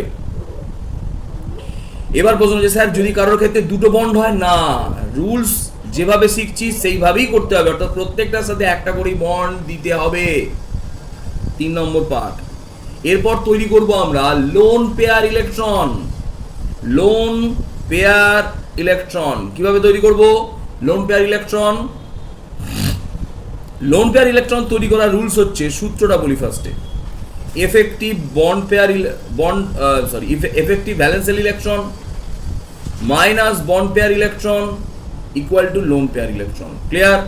তাহলে যদি লোন পেয়ার ইলেকট্রন এই সূত্র অনুসারে কাজ করে, 3 নম্বরে লোন পেয়ারে আসছি। তাহলে লক্ষ্য করে দেখ, valence shell electron number of valence shell electron 8টা ছিল, 8 লিখলাম। বন্ড পেয়ার ইলেকট্রন স্যার 6টা ছিল, না বুঝতে পারলাম না? 6 লিখলাম। স্যার তাহলে লোন পেয়ার ইলেকট্রন কটা পড়ে আছে স্যার? দুটো। তাহলে কি লিখলাম? 2 লিখলাম। তাহলে লোন পেয়ার ইলেকট্রনের সংখ্যা পেলাম 2, বন্ড পেয়ার ইলেকট্রনের সংখ্যা পেলাম 6। তো এবার প্রশ্ন হচ্ছে এই লোন পেয়ার ইলেকট্রন কোথায় বসাবো? 4th রুল প্রচণ্ড ইম্পর্টেন্ট। আমি এটাকে এত ধরে ধরে করাচ্ছি, এরপরে এগুলো ঝপঝপ করবো আর বোঝাবো না। 4th রুল হচ্ছে এই লোন পেয়ার ইলেকট্রনগুলোকে প্রান্তীয় পরমাণুতে দেওয়ার চেষ্টা করব যদি প্রান্তীয় পরমাণুর অষ্টক পূর্তি না হয়। ফার্স্ট রুলস আবার বলি, প্রান্তীয় পরমাণুগুলোর অষ্টক পূর্তি করতেই হবে, ব্যতিক্রম হাইড্রোজেন, হিলিয়াম, লিথিয়াম ছাড়া। বাকি সবার ক্ষেত্রে অষ্টক পূর্তি করতেই হবে প্রান্তীয় পরমাণু, লুইস ডট রুলস। কেন্দ্রীয় পরমাণুর ক্ষেত্রে অষ্টক পূর্তি তো করতে হবেই, কিন্তু অষ্টক পূর্তির এক্সপানশনও হতে পারে, মানে অষ্টক পূর্তির বেশিও হতে পারে। কেন, কাদের ক্ষেত্রে হয় একটু বলে রাখি। বিশেষত যাদের ক্ষেত্রে ইলেকট্রন কনফিগারেশনে ডি অরবিটাল আছে, যে সমস্ত কেন্দ্রীয় পরমাণুর ইলেকট্রন কনফিগারেশন যদি করি, ইলেকট্রন বিন্যাস যদি করি, সেখানে যদি ডি অরবিটাল থাকে, তারা অষ্টকের বেশি বা অষ্টকের প্রসারণ ঘটাতে পারে। এটা জেনে রাখলাম। ডি ইলেকট্রন বিন্যাস জানি আমরা। তো সেই সূত্রে অক্সিজেনের কিন্তু ডি ইলেকট্রন বিন্যাস নেই। তাই অক্সিজেনের যেহেতু ডি ইলেকট্রন বিন্যাস নেই, তাই অক্সিজেন কিন্তু অষ্টকের প্রসারণ ঘটাতে পারছে না। বোঝা যাচ্ছে ব্যাপারটা? অসুবিধা হলে প্রশ্ন। তাহলে লোন পেয়ারগুলো দুটো হাতে নিয়ে দাঁড়িয়ে আছি, স্যার কাকে দেবো? একে দিতে পারবো না স্যার, এর তো দুটো ভর্তি হয়ে গেছে স্যার। হাইড্রোজেনের এই একটা নিয়ে হাইড্রোজেন পেট ভর্তি করে ফেলেছে, এই হাইড্রোজেনেরও পেট ভর্তি হয়ে গেছে, এই হাইড্রোজেনের ওই বন্ড পেয়ার দুটো দিয়ে পেট ভর্তি, সবার দুটো দুটো করে হয়ে গেছে, ডুপ্লেট রুল। তাহলে লোন পেয়ারটা কাকে দেবো? হ্যাঁ, এবার প্রান্তীয় পরমাণু কর্নার অ্যাটম যদি অক্টেট বা ডুপ্লেট রুল অনুসারে ম্যাক্সিমাম ইলেকট্রন গেইন করে, তখন লোন পেয়ারটার ভাগ পড়বে কেন্দ্রীয় পরমাণুর, নচেত নয়। আগে সাজের জিনিস নায়িকাকে দেবো, নায়িকার সাজ হয়ে গেলে, নায়িকারা না সাজলে সাজের জিনিসটা নায়ককে দিয়ে দেবো। তো তখন এই লোন পেয়ার দুটো বসে যাবে কার মাথায়? অক্সিজেনের মাথায়। লোন পেয়ার দুটো অক্সিজেনের মাথায় বসে গেল। কিভাবে রেডি করলাম বুঝতে পারা গেল? এবার একটা কথা বলি, ভালো করে শুনে নে, তাহলে বন্ডিং তৈরি করে ফেললাম। এবার প্রশ্ন হচ্ছে স্যার এখানে তো একটা H3O প্লাস আছে, তাহলে প্লাসটা কে পাবে? প্লাসটা কিন্তু পাবে, বলে দিয়েছিলাম, কেন্দ্রীয় পরমাণু প্লাস চার্জ পায়, প্রান্তীয় পরমাণু মাইনাস চার্জ পায়। তাই প্লাস চার্জটা বসে যাবে কার মাথায়? অক্সিজেনের মাথায়। এই যে ছকটা তৈরি করলাম, গঠনটা, এটাকে লুইস ডট স্ট্রাকচার বলা হয়। আমরা বন্ডিও দেখাতে পারি, এমনিও দেখাতে পারি। তো এবার প্রশ্ন হলো যে স্যার অক্সিজেনের মাথাতেই প্লাস চার্জটা আপনি দিলেন কেন? টোটকা। ফার্স্ট টোটকায় কি বলেছিলাম? সেন্ট্রাল অ্যাটম প্লাস চার্জ পাবে, মাইনাস চার্জ থাকলে সেটা কর্নার অ্যাটম পাবে। ক্লিয়ার করে নি স্যার। তাহলে কেন্দ্রীয় এতে যদি প্লাস চার্জ পায়, এর আর একটা টোটকা, আবার একটা টোটকা, অক্সিজেন। অক্সিজেনের ম্যাক্সিমাম ভ্যালেন্সি 2 দেখায়। অক্সিজেন সাধারণত 2 ভ্যালেন্সি দেখায়। 2 এর থেকে যদি কখনো তার valency, number of valency increase করে 3 হয়, কখনো কখনো 3ও দেখাতে পারে, বলা আছে। স্যার তাহলে এটা সাধারণের থেকে বাড়লো না কমলো? না স্যার, একটা তো বেশি হয়ে গেল স্যার, তাহলে তো বেড়ে গেল। হ্যাঁ ঠিক স্যার। কত বেড়েছে? ম্যাক্সিমাম 2 দেখানোর কথা, কত দেখাচ্ছে? 3। স্যার কত বেড়েছে? 1। যত বাড়বে তটা প্লাস। আমার যদি টাকা ইনকাম বাড়ে তাহলে আমি কি লিখবো? প্লাস। যদি টাকা ইনকাম কমে তাহলে লিখবো মাইনাস। তাহলে অক্সিজেনের ম্যাক্সিমাম ভ্যালেন্সি 1টা হাত, 2টো হাত, 3টে হাত। ভ্যালেন্সি মানে হাতকে বোঝায়। দেখানো উচিত ছিল 2টো, দেখাচ্ছে কটা? 3টে। তাহলে এখানে চার্জ কত হবে স্যার? প্লাস। অক্সিজেন যদি 2 ভ্যালেন্সি দেখাতো তাহলে চার্জ কত হতো? নিউট্রাল। স্যার অক্সিজেন যদি 1 ভ্যালেন্সি দেখায়, স্যার কমছে না বাড়ছে? ম্যাক্সিমামের থেকে কমছে না বাড়ছে? কমছে। তখন কমছে মানে মাইনাস, তখন অক্সিজেন মাইনাস দেখাতে পারে। বুঝে গেল কি বললাম? তাহলে আমরা এখানে লক্ষ্য করলাম অক্সিজেনের ভ্যালেন্সি 3 হওয়ার জন্য এখানে চার্জটা প্লাস হয়ে গেল। বুঝিয়ে দিলাম। এইভাবে কিন্তু বেশিরভাগ টোটকায় করে ফেলা যাবে স্যার। স্যার টোটকা দিয়ে কি জিনিসটা ঠিক বোঝা যাচ্ছে? স্যার এর কোনো মেথড নেই? মেথড আছে, এর মেথড আছে। মেথড হচ্ছে শিখছি আমরা, প্রচন্ড important, formal charge.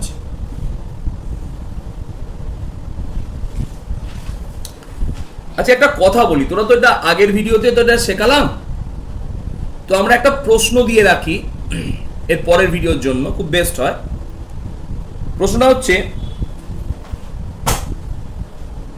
NO3 minus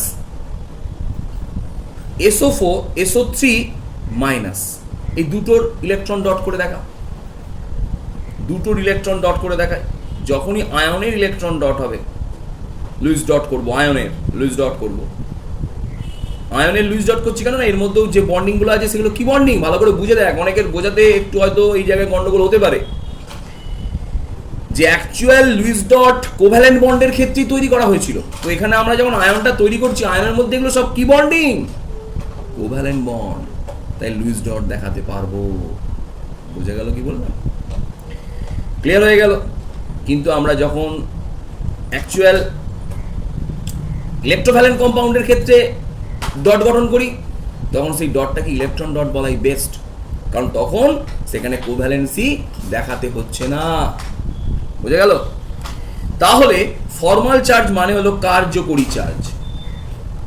sir formal charge মানে আমি একটুখানি বলি, ফর্মালি চার্জটা কোথায় আছে, অর্থাৎ এই যে প্লাস চার্জটা এটা কোথায় থাকবে? অক্সিজেনের মাথায় না হাইড্রোজেনগুলোর মাথায়? কোথায়?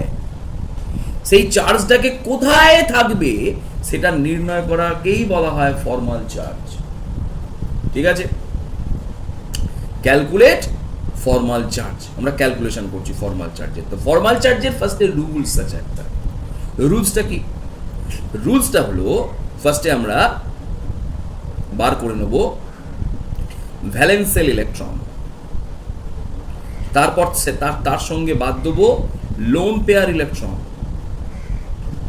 তো ভ্যালেন্সিয়াল ইলেকট্রন, তারপর বাদ দেবো লোন পেয়ার ইলেকট্রন, তারপর বাদ দেবো bond pair electron by 2। Clear হয়ে গেল? তাহলে প্রথমে বাদ দিলাম ভ্যালেন্সিয়াল ইলেকট্রন, তারপর বাদ দিলাম লোন পেয়ার ইলেকট্রন, তারপর সেখান থেকে বাদ দিলাম বন্ড পেয়ার ইলেকট্রন বাই 2। এগুলোকে পি খাইয়ে দেওয়া যাবে একটা করে মাঝখানে, ঠিক আছে? Bond pair electron. তো এই সূত্র প্রয়োগ করলে আমরা যে কোনো পরমাণুর ফর্মাল চার্জ বার করতে পারবো। যৌগ মধ্যস্থ, হ্যাঁ, পরমাণুর অ্যাটমের ফর্মাল চার্জ কি বার করবো স্যার? তো আমরা এখানে চলে এলাম স্যার, এইটার ফর্মাল চার্জ বার করছি। এখানটা ফর্মাল চার্জ বার করে দেখালাম। কি করে বার করবো স্যার? স্যার ফার্স্টে আপনি হাইড্রোজেনের ফর্মাল চার্জটা বার করে দেখান তো দেখি। না, হাইড্রোজেনের ভ্যালেন্সিয়াল ইলেকট্রন কত?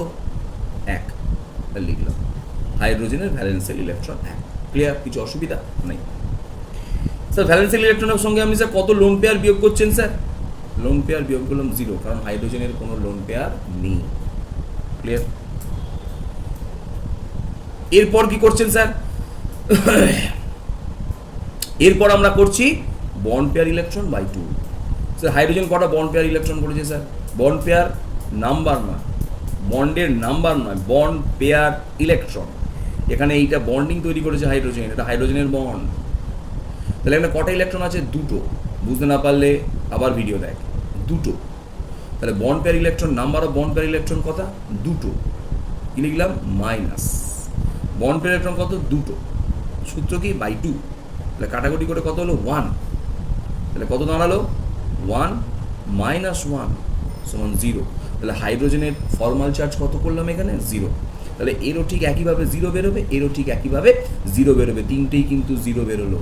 ক্লিয়ার? স্যার অক্সিজেনের ফর্মাল চার্জটা আপনি বার করে দেখান। স্যার অক্সিজেনের ভ্যালেন্সিয়াল ইলেকট্রন কটা স্যার? আমরা জানি, এর সূত্র থেকেই জানি 6টা। এখানেও আছে দেখ, 1 2 3 4, 1 2 3 4 5, এখানে 5টা আছে। তো যাই হোক, অক্সিজেনের ভ্যালেন্সিয়াল ইলেকট্রন কিন্তু 6টা। ভালো করে বুঝে নেন।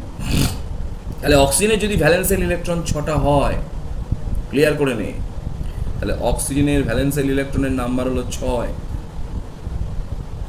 এটা আমরা স্যার করতে করবো, এখান থেকে দেখে দেখে করবো 6টা না, এটা আমরা সূত্র থেকে জানা থেকে বার করলাম। তাহলে অক্সিজেনের ভ্যালেন্সিয়াল ইলেকট্রন 6। এবার সূত্র হচ্ছে স্যার লোন পেয়ার ইলেকট্রন কটা আছে? লোন পেয়ার এর মাথায় 2। ক্লিয়ার? 2। তাহলে লিখলাম 2। স্যার কটা বন্ড পেয়ার আছে স্যার? বন্ড পেয়ার ইলেকট্রন 1, 2, 3টে বন্ড। তাহলে প্রত্যেকটা বন্ডের জন্য কটা ইলেকট্রন? 2টো ইলেকট্রন। তাহলে bond pair electron, number of bond pair electrons 6 rules by 2। কি লিখলাম? বাই 2। তাহলে কি দাঁড়ালো? 6 - 2 - 3, 6 - 5। ক্লিয়ার? 6 - 5 সমান 1। স্যার কি 1? প্লাস 1। স্যার চার্জ কত? প্লাস। ক্লিয়ার হয়ে গেল? বুঝে গেল স্যার? ফর্মাল চার্জ বুঝে গেলাম? ঠিক। স্যার কার্বনেট আয়নটা আমার মনে হয় এবার তোরা কিন্তু ইজি করতে পারবি, তাই না? 2 মাইনাস মাইনাস মাইনাস। কার্বনেট আয়নটা তোরা এবার খুব সুন্দর করে আমার মনে হয় করতে পারবি। তার কারণ কার্বনেট আয়নটা ফার্স্টে আমরা সূত্রটা জানি। কি স্যার? ফার্স্টে effective valential electron EV equal to কত হবে? কার্বনের 4 প্লাস অক্সিজেনের 3, 6, 18। স্যার এবার হচ্ছে মাইনাস চার্জ আছে, স্যার এটা কী করতে হবে? স্যার মাইনাস চার্জ থাকলে কী করবো? প্লাস করবো। Yes, plus 2। মাইনাস চার্জ থাকলে কী করলাম? প্লাস করলাম। প্লাস চার্জ থাকলে কী করবো? মাইনাস করবো। ক্লিয়ার? তাহলে মোট কটা হলো? 24টা। কিছু অসুবিধা? অসুবিধা নেই। এটা ফার্স্ট রুলস। সেকেন্ড রুলস, প্রথমে গঠনটা তৈরি করার জন্য কেন্দ্রীয় পরমাণুকে জানতে হবে। Central atom C. তা সেন্ট্রাল অ্যাটম যদি সি হয়, একে যদি নায়ক ধরি, নায়িকা কটা? 1, 2, 3টে। নায়ক নায়িকাকে কটা করে হাত দেবে? নায়ক নায়িকাকে কটা করে হাত দেবে? মিনিমাম একটা করে হাত দেবে, তাই তো? মিনিমাম একটা করে হাত দেবে, দিয়ে কিন্তু চুপ হয়ে যাবে, আর দেবে না। মানে একটা করে হাত দিয়েই সেই জানলো আমি নায়িকার সঙ্গে যুক্ত হয়ে গেছি। ক্লিয়ার? ক্লিয়ার। এবার প্রশ্ন হচ্ছে স্যার তাহলে এখানে বন্ড পেয়ার, সেন্ট্রাল অ্যাটমের বন্ড পেয়ার ইলেকট্রন কটা স্যার? 1, 2, 3টে। তাহলে মোট 6টা ইলেকট্রন। ক্লিয়ার হয়ে গেল?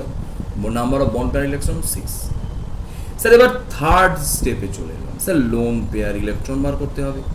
তাহলে লোন পেয়ার ইলেকট্রন যদি বার করতে হয়, তাহলে ফার্স্টে কী নেব? লোন পেয়ার ইলেকট্রন সমান effective valential electron minus bond pair electron equal to lone pair electron. তাহলে কত হলো? 18 হচ্ছে তো? 3 আসে 24, হ্যাঁ 3 আসছে 6, হ্যাঁ 24, 18। ঠিক আছে, ঠিক আছে। তাহলে এবার প্রশ্ন এলো, এটা যদি 18 লোন পেয়ার ইলেকট্রন হয়, এবার একটা নতুন কথা আমি শেখাই, ভালো করে শুনে নেই। এই লোন পেয়ার ইলেকট্রন দুটো কাজে ব্যবহার হতে পারে বা দুভাবে ব্যবহৃত হয়। লোন পেয়ার ইলেকট্রন তো লোন পেয়ার ইলেকট্রন রূপে কাজ করবেই। যদি লোন পেয়ার ইলেকট্রন কাজ করার পর আর কারোর লোন পেয়ার ইলেকট্রনের প্রয়োজন না হয়, তাতে যদি ভ্যালেন্সি কমপ্লিট না হয়, তখন loan pair electron bond pair electron গঠন করতে পারে। বন্ড পেয়ার ইলেকট্রন গঠন করতে পারে মানে দেখে নি স্যার, এটা বুঝতে পারলাম না, বোঝাচ্ছি স্যার, একটু পরে আসছি। তো লোন পেয়ার যখন বন্ড পেয়ার ইলেকট্রনে ট্রান্সফর্ম হবে, তখন কটা লোন পেয়ার ব্যবহৃত হয়? 2টো। কারণ আমরা জানি 2টো লোন পেয়ার বা 2টো ইলেকট্রন মিলে একটা বন্ধন তৈরি হয়। তাই লোন পেয়ারের নাম্বার একটা করে কমবে না। কটা করে কমবে স্যার? 2টো করে। 2টো করে লোন পেয়ার একসঙ্গে আসবে, তারা একটা করে বন্ড গঠন করবে। এই বন্ডে কটা বন্ড পেয়ার ইলেকট্রন আছে স্যার? 2টো। এবার প্রশ্ন হলো, স্যার আপনি তো ছবিতে প্রথমেই একটা করে বন্ড এঁকে দিয়েছেন, তাহলে দ্বিতীয় যে লোন পেয়ারগুলো আসবে তারা কি বন্ড গঠন করবে? তাহলে একটার পর যদি আবার একটা বন্ড গঠন করে, তখন তাকে বলা হবে ডবল বন্ড। তারপর যদি আবার বন্ড গঠন করে তাকে বলা হবে ট্রিপল বন্ড। তারপরে লোন পেয়ার যদি বন্ড পেয়ার গঠনে ব্যবহৃত হয় প্রয়োজন অনুসারে, তখন সেটা হবে হয় ডবল বন্ড, নালে হবে ট্রিপল বন্ড। কেন না? সিঙ্গেল বন্ড আমাদের ফার্স্টে ফর্মেশন হয়ে রেডি হয়ে বসে থাকে, তার প্রয়োজন হলে ডবল বন্ড করে। স্যার ডবল বন্ড কী করে করে? ওই লোন পেয়ারগুলোকে নিয়ে করা হয়। স্যার এটা কি অ্যাকচুয়ালি লোন পেয়ারগুলোকে নিয়ে করে? না, করে না। জাস্ট আমরা আমাদের নিজেদের বোঝার সুবিধার জন্য এইভাবে রুলসটাকে রেডি করে নিয়েছি। ক্লিয়ার হয়ে গেল? এবার বুঝতে পারবো স্যার, বুঝতে পারিনি স্যার ব্যাপারটা, আমিও বুঝতে পারিনি। তো এইটা বোঝার জন্য আমরা এই গঠনটা আঁকছি ফার্স্টে। তাহলে লক্ষ্য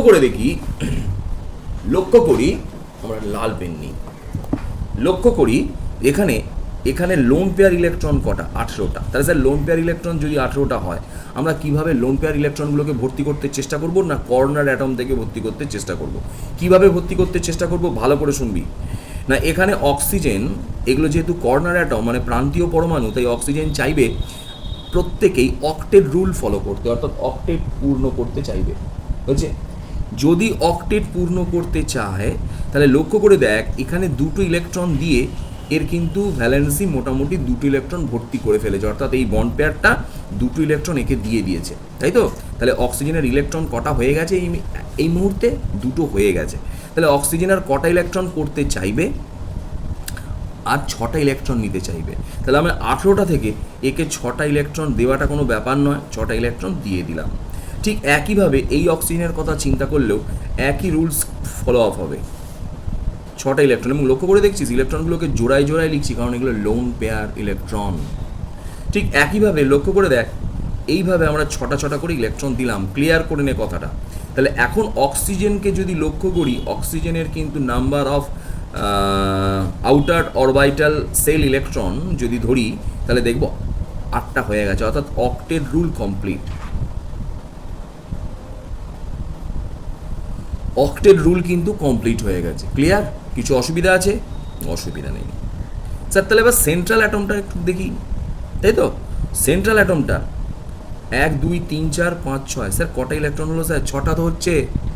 তাহলে যেহেতু এখানে কার্বন 6টা ইলেকট্রন হচ্ছে, মনে রাখতে হবে কার্বনের কেন্দ্রীয় পরমাণু হলেও এই অক্টেট রুল ফলো না করলেও ডাইরেক্টলি একে অক্টেট কমপ্লিট করতেই হবে। এ কথাটা ভালো করে বুঝলি না বুঝলি না? কেন্দ্রীয় পরমাণু অক্টেট রুল মানে না মানে এক্সপানশন অফ অক্টেট হতে পারে, কিন্তু অক্টেটের কম হতে পারে না। বুঝে গেল? তাই অক্টেট যেহেতু কমপ্লিট হয়নি, কার্বনের কটা হয়েছে? 1 2 3 4 5 6। তাহলে যে কোনো একটা অক্সিজেন, তোরা এবার সেটাকে নিজেরা ভাবতে পারি, স্যার এই অক্সিজেন এই অক্সিজেন এই অক্সিজেন, যে কোনো একটা অক্সিজেন লোন পেয়ার দেবে, কারণ এক্ষেত্রে কোনো বাধ্যবাধকতা নেই, কারণ প্রত্যেকটা অক্সিজেন সেম। তাই ধরে নিলাম এই অক্সিজেনটা একে একটা লোন পেয়ার দান করে বন্ড পেয়ার গঠন করবে। কীভাবে হয় স্যার? এরমভাবে দান করলো। এরমভাবে দান করলে ভালো করে দেখে নে ছবিটা কি দাঁড়ালো স্যার। আরেকবার ছবিটা আঁকি ক্লিয়ার করার জন্য। হ্যাঁ, ক্লিয়ার? 1 2 3 4 5 6 অক্সিজেন আছে, 1 2 3 4 5 6। এখানে অক্সিজেন লোন পেয়ারটাকে কী করেছে? দান করে দিয়েছে। তাহলে এই লোন পেয়ারটা কী তৈরি করে ফেললো? Bond pair. এই লোন পেয়ারটা এখানে চলে এলে বন্ড পেয়ার। কী পড়লো অক্সিজেনের? এই অক্সিজেনের কটা লোন পেয়ার আছে এখন? দুটো lone pair. Number of lone pair electrons 4টে, সরি ইলেকট্রন না, নাম্বার অফ লোন পেয়ারের সংখ্যা 2, কিন্তু number of lone pair electron 4। Clear হয়ে গেল? কারণ একটা পেয়ারে দুটো ইলেকট্রন, তাহলে পেয়ার কটা আছে? দুটো। এটা বুঝে নিতে হবে কিন্তু। তাহলে 1 2 3 4 4টি electron lone pair, lone pair electron 4টে, আর বন্ড পেয়ার কটা হবে? 1 2 3 4। তাহলে 4 4-এ কটা হয়ে গেল? অক্সিজেনের 8টা। এদের প্রত্যেকের কটা করে ইলেকট্রন হয়েছে? প্রত্যেকের কিন্তু 8টা করে ইলেকট্রন কি হয়ে গেছে? কমপ্লিট হয়ে গেছে। ভালো করে বুঝে নেবো কিন্তু ব্যাপারটা, অসুবিধা হলে জিজ্ঞেস করবি। তাহলে লক্ষ্য করে দেখ, এটা হয়ে গেল অক্সিজেনের স্ট্রাকচার, এই কার্বনেট আয়নের স্ট্রাকচার। এবার প্রশ্ন এলো, স্যার কার্বনেট আয়ন তো CO3 মাইনাস মাইনাস, তাহলে মাইনাস চার্জগুলো কোথায় বসাবো? প্রথমেই একটা টোটকা বলি, মাইনাস চার্জ কখনো কেন্দ্রীয় পরমাণুতে হতে পারে না, তাহলে প্রান্তীয় পরমাণুতে মাইনাস চার্জ হবে। এবার যদি আমরা টোটকায় যাই, টোটকাটা কি না? টোটকা হচ্ছে যে স্যার মাইনাস চার্জ যদি অক্সিজেনের যোজ্যতা 2, কোভ্যালেন্সি 2, তাহলে অক্সিজেনের যদি যোজ্যতা 2 হয় তাহলে তার চার্জ কত হবে? 0। যদি অক্সিজেনের কোভ্যালেন্সি 1 হয় তাহলে এখানে চার্জ কত হবে? মাইনাস। কেন মাইনাস হলো? না আমরা জানি ভ্যালেন্সি অক্সিজেনের 2, যদি বাড়ে তাহলে প্লাস হয়, যদি কমে তাহলে মাইনাস হয়। টোটকা বলে দিয়েছিলাম। তাহলে এরও দেখ ভ্যালেন্সি হওয়া উচিত ছিল 2, কিন্তু আছে কটা? 1, তাহলে মাইনাস হলো। এইভাবে আমরা এইগুলোকে বসাতে পারি। এবার প্রশ্ন এলো, স্যার কার্বনের কোনো চার্জ হবে না? টোটকা দিয়ে বলছি না, কার্বনের ম্যাক্সিমাম ভ্যালেন্সি 4, কোভ্যালেন্সি 4, তাহলে কটা যোজ্যতা গঠন করতে পারে? 4টে। কটা আছে? 4টে। তাহলে 4টে থাকলে কত হবে? 0। যদি স্যার 3টে হতো তাহলে হতো মাইনাস। যদি কখনো 5টা হয়, সাধারণত হয় না, তাহলে স্যার কী হতো? প্লাস। বোঝা গেল কি ব্যাপারটা বললাম? ক্লিয়ার হয়ে গেল? তাহলে কার্বনের ক্ষেত্রে কিভাবে কি শেখালাম না, ভ্যালেন্সি যদি 4 হয় তাহলে হবে 0, যদি ভ্যালেন্সি কমে যায় তাহলে হবে মাইনাস, যদি ভ্যালেন্সি বাড়ে তাহলে হবে প্লাস। এটা কিন্তু বুঝে নিতে হবে ব্যাপারগুলো। তো এবার এইভাবে না করে যদি আমরা ফর্মাল চার্জে চলে যাই, যদি আমরা ফর্মাল চার্জে চলে যাই তাহলে ফর্মাল চার্জের সূত্র অনুসারে ফার্স্টে আমরা এই কার্বনটাকে দেখে নিই। এই কার্বনটা লক্ষ্য করে দেখি ফার্স্টে। এই কার্বনটার ফর্মাল চার্জ বার করতে গেলে সূত্র কি? ফর্মাল চার্জের সূত্র হচ্ছে এফসি। ফর্মাল চার্জের সূত্র হচ্ছে এফসি। কি দিয়ে কিন্তু লিখবো না, আমি শর্ট ফর্মে লিখছি, তাই এগুলোকে ফর্মাল চার্জ এইভাবেই লিখতে হয়, সময় বাঁচানোর জন্য এফসি লিখলাম। প্রথমে ভ্যালেন্সেল ইলেকট্রন ভি। স্যার কটা ভ্যালেন্সেল ইলেকট্রন? এতে অক্সিজেনের কটা ভ্যালেন্সেল ইলেকট্রন? 6। আচ্ছা, এবার হচ্ছে bond pair electron. Sir bond pair electron এই অক্সিজেনের স্যার তো একটা বন্ধন, তাহলে bond pair electron, number of bond pair electron 2, তাহলে -2। এই sorry loan pair electron, sorry তাহলে লোন পেয়ার ইলেকট্রনে চলে গেলাম। লোন পেয়ার ইলেকট্রন কটা? 1 2 3 4 5 6, তাহলে number of lone pair electron 6, number of lone pair electron. তাহলে bond valence shell electron minus lone pair electron minus bond pair electron by 2, তাহলে bond pair electron কটা sir? 2 by 2 মানে একটা, তাহলে কি দাঁড়ালো 6 মাইনাস 2/2 সমান 6 - 6 - 1, এই হ্যাঁ 1 সমান -1। তাহলে এর চার্জ কত হলো? ফর্মাল চার্জ, এর ফর্মাল চার্জ হলো -1, সেটা আমরা -1টা এর মাথায় দিয়ে লিখলাম। ক্লিয়ার? ঠিক এইভাবে এটাকেও করলে কত বেরোবে? এটাকেও করলে -1 বেরোবে। তাই আমরা দুটো একই হওয়া, একই বেরোবে আর করে দেখালাম না। এই অক্সিজেন পরমাণুটার ফর্মাল চার্জ চেক করে নিই। ফর্মাল চার্জ এই অক্সিজেন পরমাণুটার কত হবে? ফার্স্টে বলি, valence shell electron 6, lone pair electron 1 2 3 4, bond pair electron 1 2 3 4। বোঝা যাচ্ছে তো ব্যাপারটা? স্যার বন্ড একটা দুটো, তাহলে পেয়ার ইলেকট্রন মানে বন্ড পেয়ার ইলেকট্রন কটা হবে? 1 2 3 4টে, কারণ একটা বন্ধন তৈরি করতে গেলে 2টো ইলেকট্রন লাগে। তাহলে 4/2, তাহলে কত দাঁড়ালো? 4/2 মানে 6 - 4 - 2 সমান 6 - 6 সমান 0, তাহলে এর ফর্মাল চার্জ 0। স্যার কার্বনেরটা একবার দেখে নিই। কার্বনের ফর্মাল চার্জ কী করে করছি? ভ্যালেন্সেল ইলেকট্রন কত হবে? 4, কারণ কার্বনের ভ্যালেন্সেল ইলেকট্রন যোজক কক্ষে ইলেকট্রন হচ্ছে ভ্যালেন্সেল ইলেকট্রন মানে আমরা জানি যোজক কক্ষের ইলেকট্রন 4। আচ্ছা, loan pair electron, number of lone pair electron, এখানে একটাও লোন পেয়ার আছে না? নেই, তাহলে 0। স্যার কটা বন্ড পেয়ার ইলেকট্রন? 1 2 3 4 5 6 7 8, কটা বন্ড পেয়ার ইলেকট্রন তৈরি করেছে? 8টা, তাহলে -8/2, বন্ড পেয়ার ইলেকট্রন বাই 2, তাহলে কত হলো? 4 - 4 সমান 0। তাহলে কার্বনের মাথায় কত চার্জ থাকবে? 0। তাহলে এইভাবে আমরা কার্বনেটের আয়নটা কিন্তু তৈরি করতে পারবো, এই প্রসেসে করব। তার কারণ সব থেকে অথেন্টিক গঠনটা এই প্রসেসে বার করা যাবে। ক্লিয়ার? তো আমরা দুটো স্ট্রাকচার দিয়েছিলাম, সেই স্ট্রাকচারটা তোরা নিশ্চয়ই করে পাঠিয়েছিস দু একজন।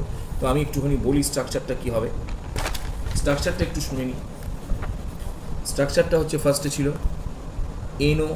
NO3-, এই আয়নটাই তো ছিল স্ট্রাকচারে, NO3-, একদম ঠিক, NO3-। এর আমরা যদি লুইস ডক স্ট্রাকচার করতে চাই, তো NO3- এর লুইস ডক স্ট্রাকচার কী করে করবো? একটু টপ করে করি। হ্যাঁ, তোরা ফর্মাল চার্জগুলোকে বসিয়ে নিবি। তাহলে প্রথমে লিখলাম কেন্দ্রীয় পরমাণু নাইট্রোজেন, তাহলে বাকিগুলোকে আমরা অক্সিজেন দিয়ে বন্ড কমপ্লিট করে দিলাম, কারণ আমরা বলেছি প্রথমে বন্ডগুলো সিঙ্গেল বন্ড দিয়ে করতে হয়।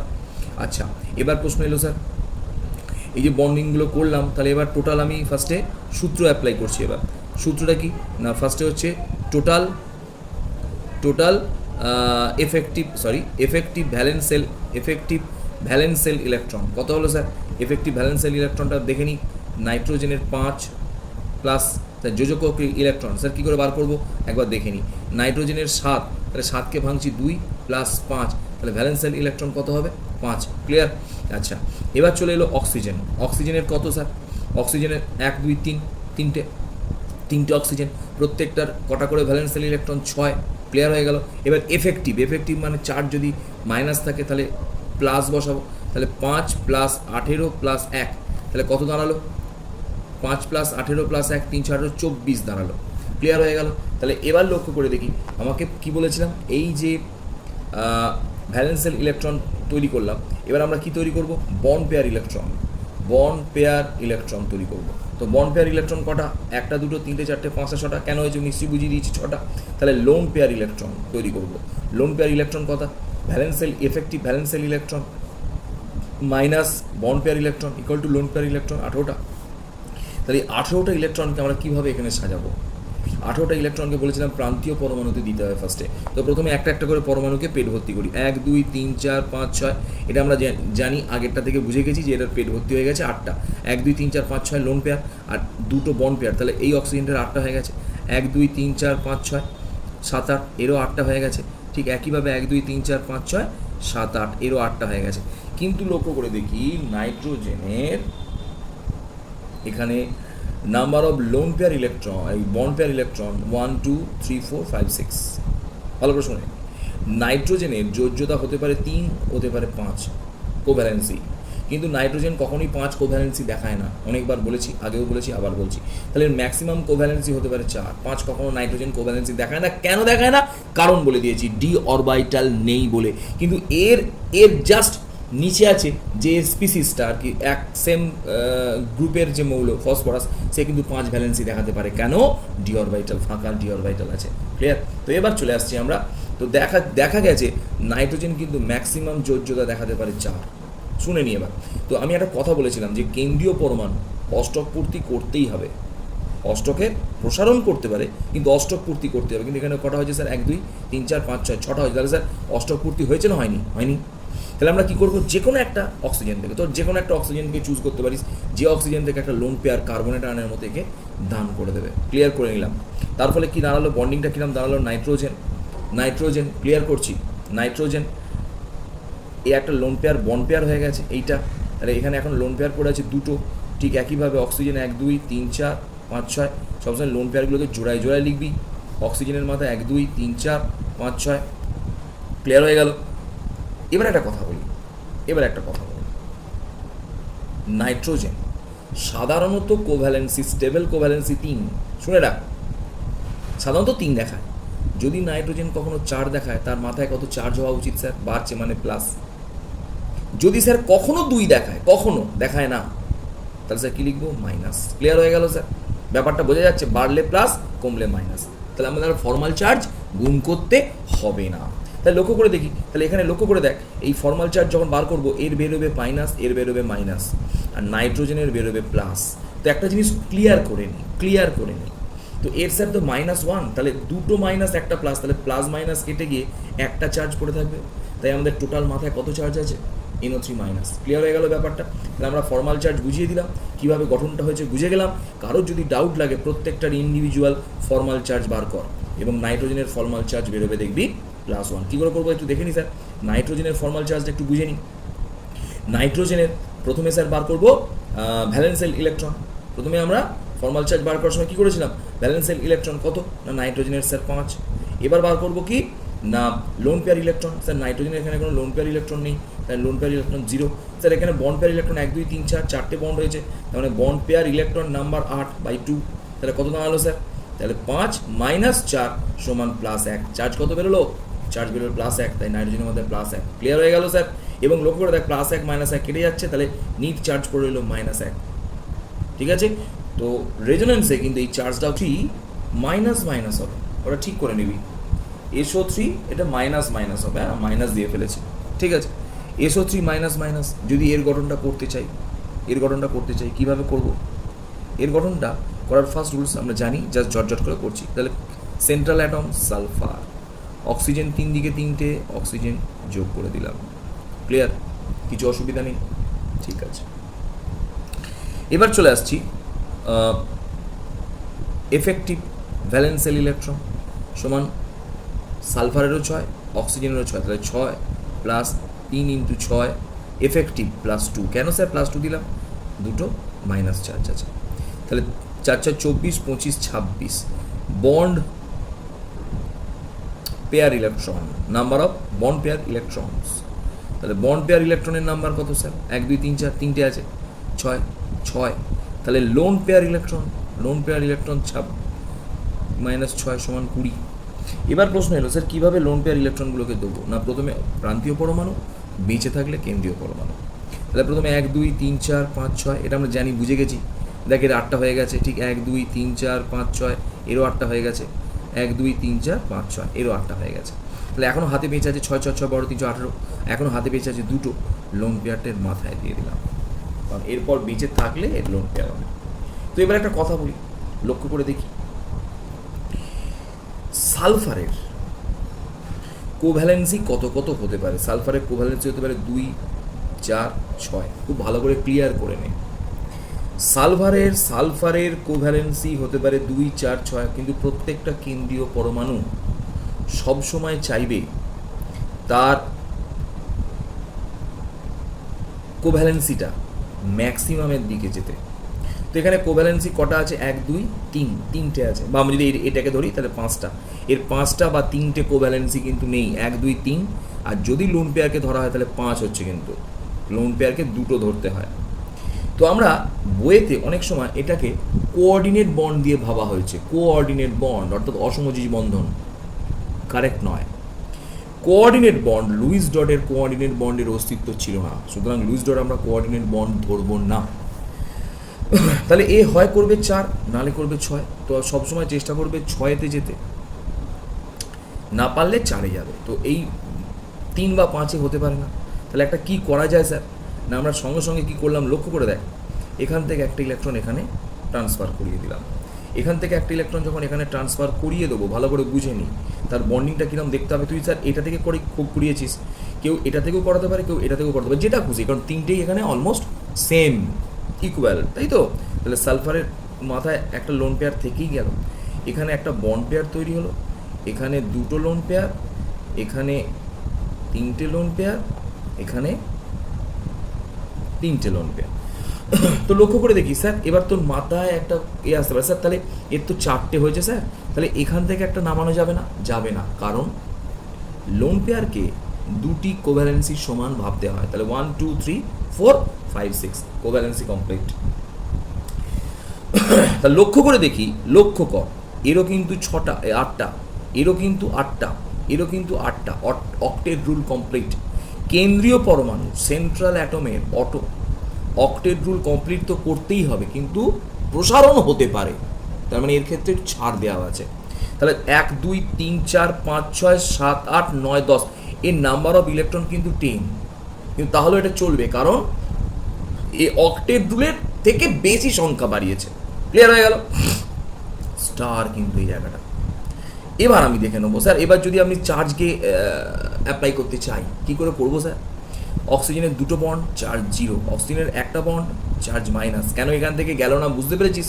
কারণ অক্সিজেনের ডি অরবিটাল এই কনসেপ্টে পুরোপুরি ভর্তি হয়ে যায়, আর এক্সট্রা করে এই বন্ডিংটা করার জন্য তার কাছে ইলেকট্রন থাকে না, তাই এ আর করতে পারবে না। বোঝা গেল কি কথাটা বললাম? এটা কমপ্লিট হয়ে যায় 1 2 3 4, কারণ ম্যাক্সিমাম ভ্যালেন্সি 6, তাহলে এই তো কমপ্লিট হয়ে গেছে। 1 2 3 4 5 6 কমপ্লিট। এর কত স্যার? মাইনাস। এর কত স্যার? মাইনাস। ক্লিয়ার করে নিই স্যার, এইগুলো তো বুঝলাম স্যার, সালফারটা বুঝতে পারলাম না। সালফারটা একটু বুঝে নেবো। সালফারের ক্ষেত্রে কিন্তু ওই রুলস খাটাবি না, ক্লিয়ার? তো সালফারের ক্ষেত্রে দেখে নিচ্ছি, কোভ্যালেন্সি ম্যাক্সিমাম 6, তো আমি একবার সালফারটা চেক করে নিই। Formal charge of sulphur, formal charge of sulphur কত হবে স্যার? প্রথমে valential electron 6 minus, bond pair lone pair electron 2 minus 1 2 3 4, bond pair electron 8/2, তাহলে কত হলো? 6/2 মাইনাস 4 সমান 0। তাহলে সালফারের মাথায় কত চার্জ হলো? 0। কিছু অসুবিধা আছে কেন স্যার? ব্যাস, তাহলে এবার লক্ষ্য করে দেখ, একটা মাইনাস দুটো মাইনাস, তাহলে টোটাল চার্জ কত হলো? SO3 2 minus. ক্লিয়ার হয়ে গেল? তাহলে আমরা লুইস ডট এইভাবে করতে পারবো। তাহলে আমি যদি তোদের আরও দুটো লুইস ডট করতে দিই, তাহলে তোরা কীভাবে করিস আমি একটু দেখে নিই। প্রথমে CNO মাইনাস এর লুইস ডটটা করতে হবে। ক্লিয়ার? আর একটা লুইস ডট আছে, আমি দিয়ে দিচ্ছি, ধরে নে সালফেট SO4 2 মাইনাস। তোরা নিজের এগুলো বার কর, আমি সবগুলো তো করে দেখাবো না অবশ্যই। আর কার্বন ডাইঅক্সাইড এগুলো করতে পারবি তোরা, DT5 করতে পারবি, ছেড়ে দিচ্ছি এখন। আর NO2টা খুব ইম্পর্টেন্ট, NO2টা কর, N2O এটা করে দেখা চেষ্টা কর। ক্লিয়ার? আর একটা করে নিচ্ছি HNO2, এতগুলো টাস্ক দিলাম, এবার বাকিগুলো তোরা বই থেকে থেকে নিজের করার চেষ্টা কর, আমি কিছু শেখাচ্ছি নতুন। হ্যাঁ, তো আমি ফার্স্টে চলে এলাম, তোদের চলে এলাম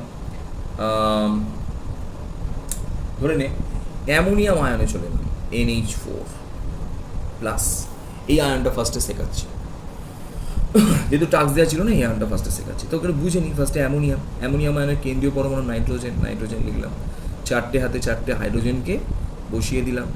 হাইড্রোজেন ডুপ্লেট রুল প্লে করবে, তাহলে সবার দুটো করে চাইবে। তো এবার প্রশ্ন হচ্ছে স্যার, এফেক্টিভ ভ্যালেন্সিয়াল ইলেকট্রন নাইট্রোজেনের 5টা, হাইড্রোজেন 4টে 9টা, মাইনাস 1টা 5 প্লাস 4 মাইনাস 1, কেন প্লাস চার্জ বলে মাইনাস, ক্লিয়ার হয়ে গেল। মোট হচ্ছে 8টা লোন পেয়ার ইলেকট্রন। আচ্ছা, প্রথমে বন্ড পেয়ার ইলেকট্রন কত হলো, 1 2 3 4 4টে, মানে বন্ড পেয়ার ইলেকট্রন 8টা। তাহলে স্যার লোন পেয়ার ইলেকট্রন কত হবে স্যার, 8 মাইনাস 8 সমান 0। তাহলে এখানে কোনো লোন পেয়ার ইলেকট্রন নেই, ক্লিয়ার হয়ে গেল। এবার আমরা গঠন বসাচ্ছি। তাহলে গঠনে যদি দেখি 1 2 3 4 5 6 7 8, প্রত্যেকটা হাইড্রোজেন ডুপ্লেট ল কমপ্লিট করে ফেলেছে। নাইট্রোজেনের কটা, 1 2 3 4 5 6 7 8, 8টা কমপ্লিট করে ফেলেছে। তাই নাইট্রোজেনের কি আর কোনো কারোর সঙ্গে ভ্যালেন্সি তৈরি করতে হবে না, ক্লিয়ার হয়ে গেল। তাহলে আমাদের কিন্তু লুইস ডট স্ট্রাকচার ক্লিয়ার হয়ে গেল। এবার প্রশ্ন এলো, স্যার এর কারোর কি ফর্মাল চার্জ থাকবে, একবার দেখে নেওয়া যাক। তো টোটকায় বলি, টোটকা যদি করতে চাস, স্যার টোটাল চার্জ কত প্লাস, স্যার প্লাস চার্জ কার হয়, সেন্ট্রাল অ্যাটমের। তাহলে আমরা নাইট্রোজেনের মাথায় প্লাস চার্জ দিয়ে দিলাম, খেল খতম, পয়সা হজম, ক্লিয়ার। তো যদি আমরা ফর্মাল চার্জ বার করতে চাই, যে কোনো একটা হাইড্রোজেনের ফর্মাল চার্জ বার করছি ফার্স্ট। হাইড্রোজেনের ভ্যালেন্সিয়াল ইলেকট্রন 2, আচ্ছা ভ্যালেন্সিয়াল ইলেকট্রনের পর কি আসবে sir, loan pair electron, sir কত 0, sir bond pair electron 2/2,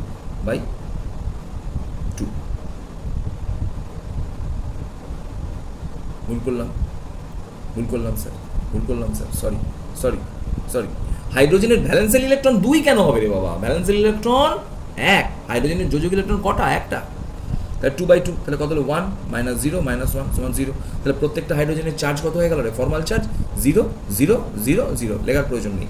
sir নাইট্রোজেনটা বার করে দেখান, নাইট্রোজেনটার ফর্মাল চার্জ বার করছি, নাইট্রোজেন, তাহলে কী হবে স্যার, প্রথমে 5 valential electron minus lone pair একটাও নেই 0, sir minus bond pair electron 1 2 3 4, 4টে বন্ড, তাহলে 8টা ইলেকট্রন বাই 2 সমান 5 মাইনাস 4 সমান 1, স্যার কি 1 প্লাস 1, তাহলে চার্জ কত হলো প্লাস 1। কিছু অসুবিধা আছে, ক্লিয়ার কিন্তু। হ্যাঁ, তোরা আমাকে পরের ভিডিওয়ে ওইগুলো অ্যান্সার করে পাঠা, তারপরে আমি ভিডিও আবার পাঠাবো।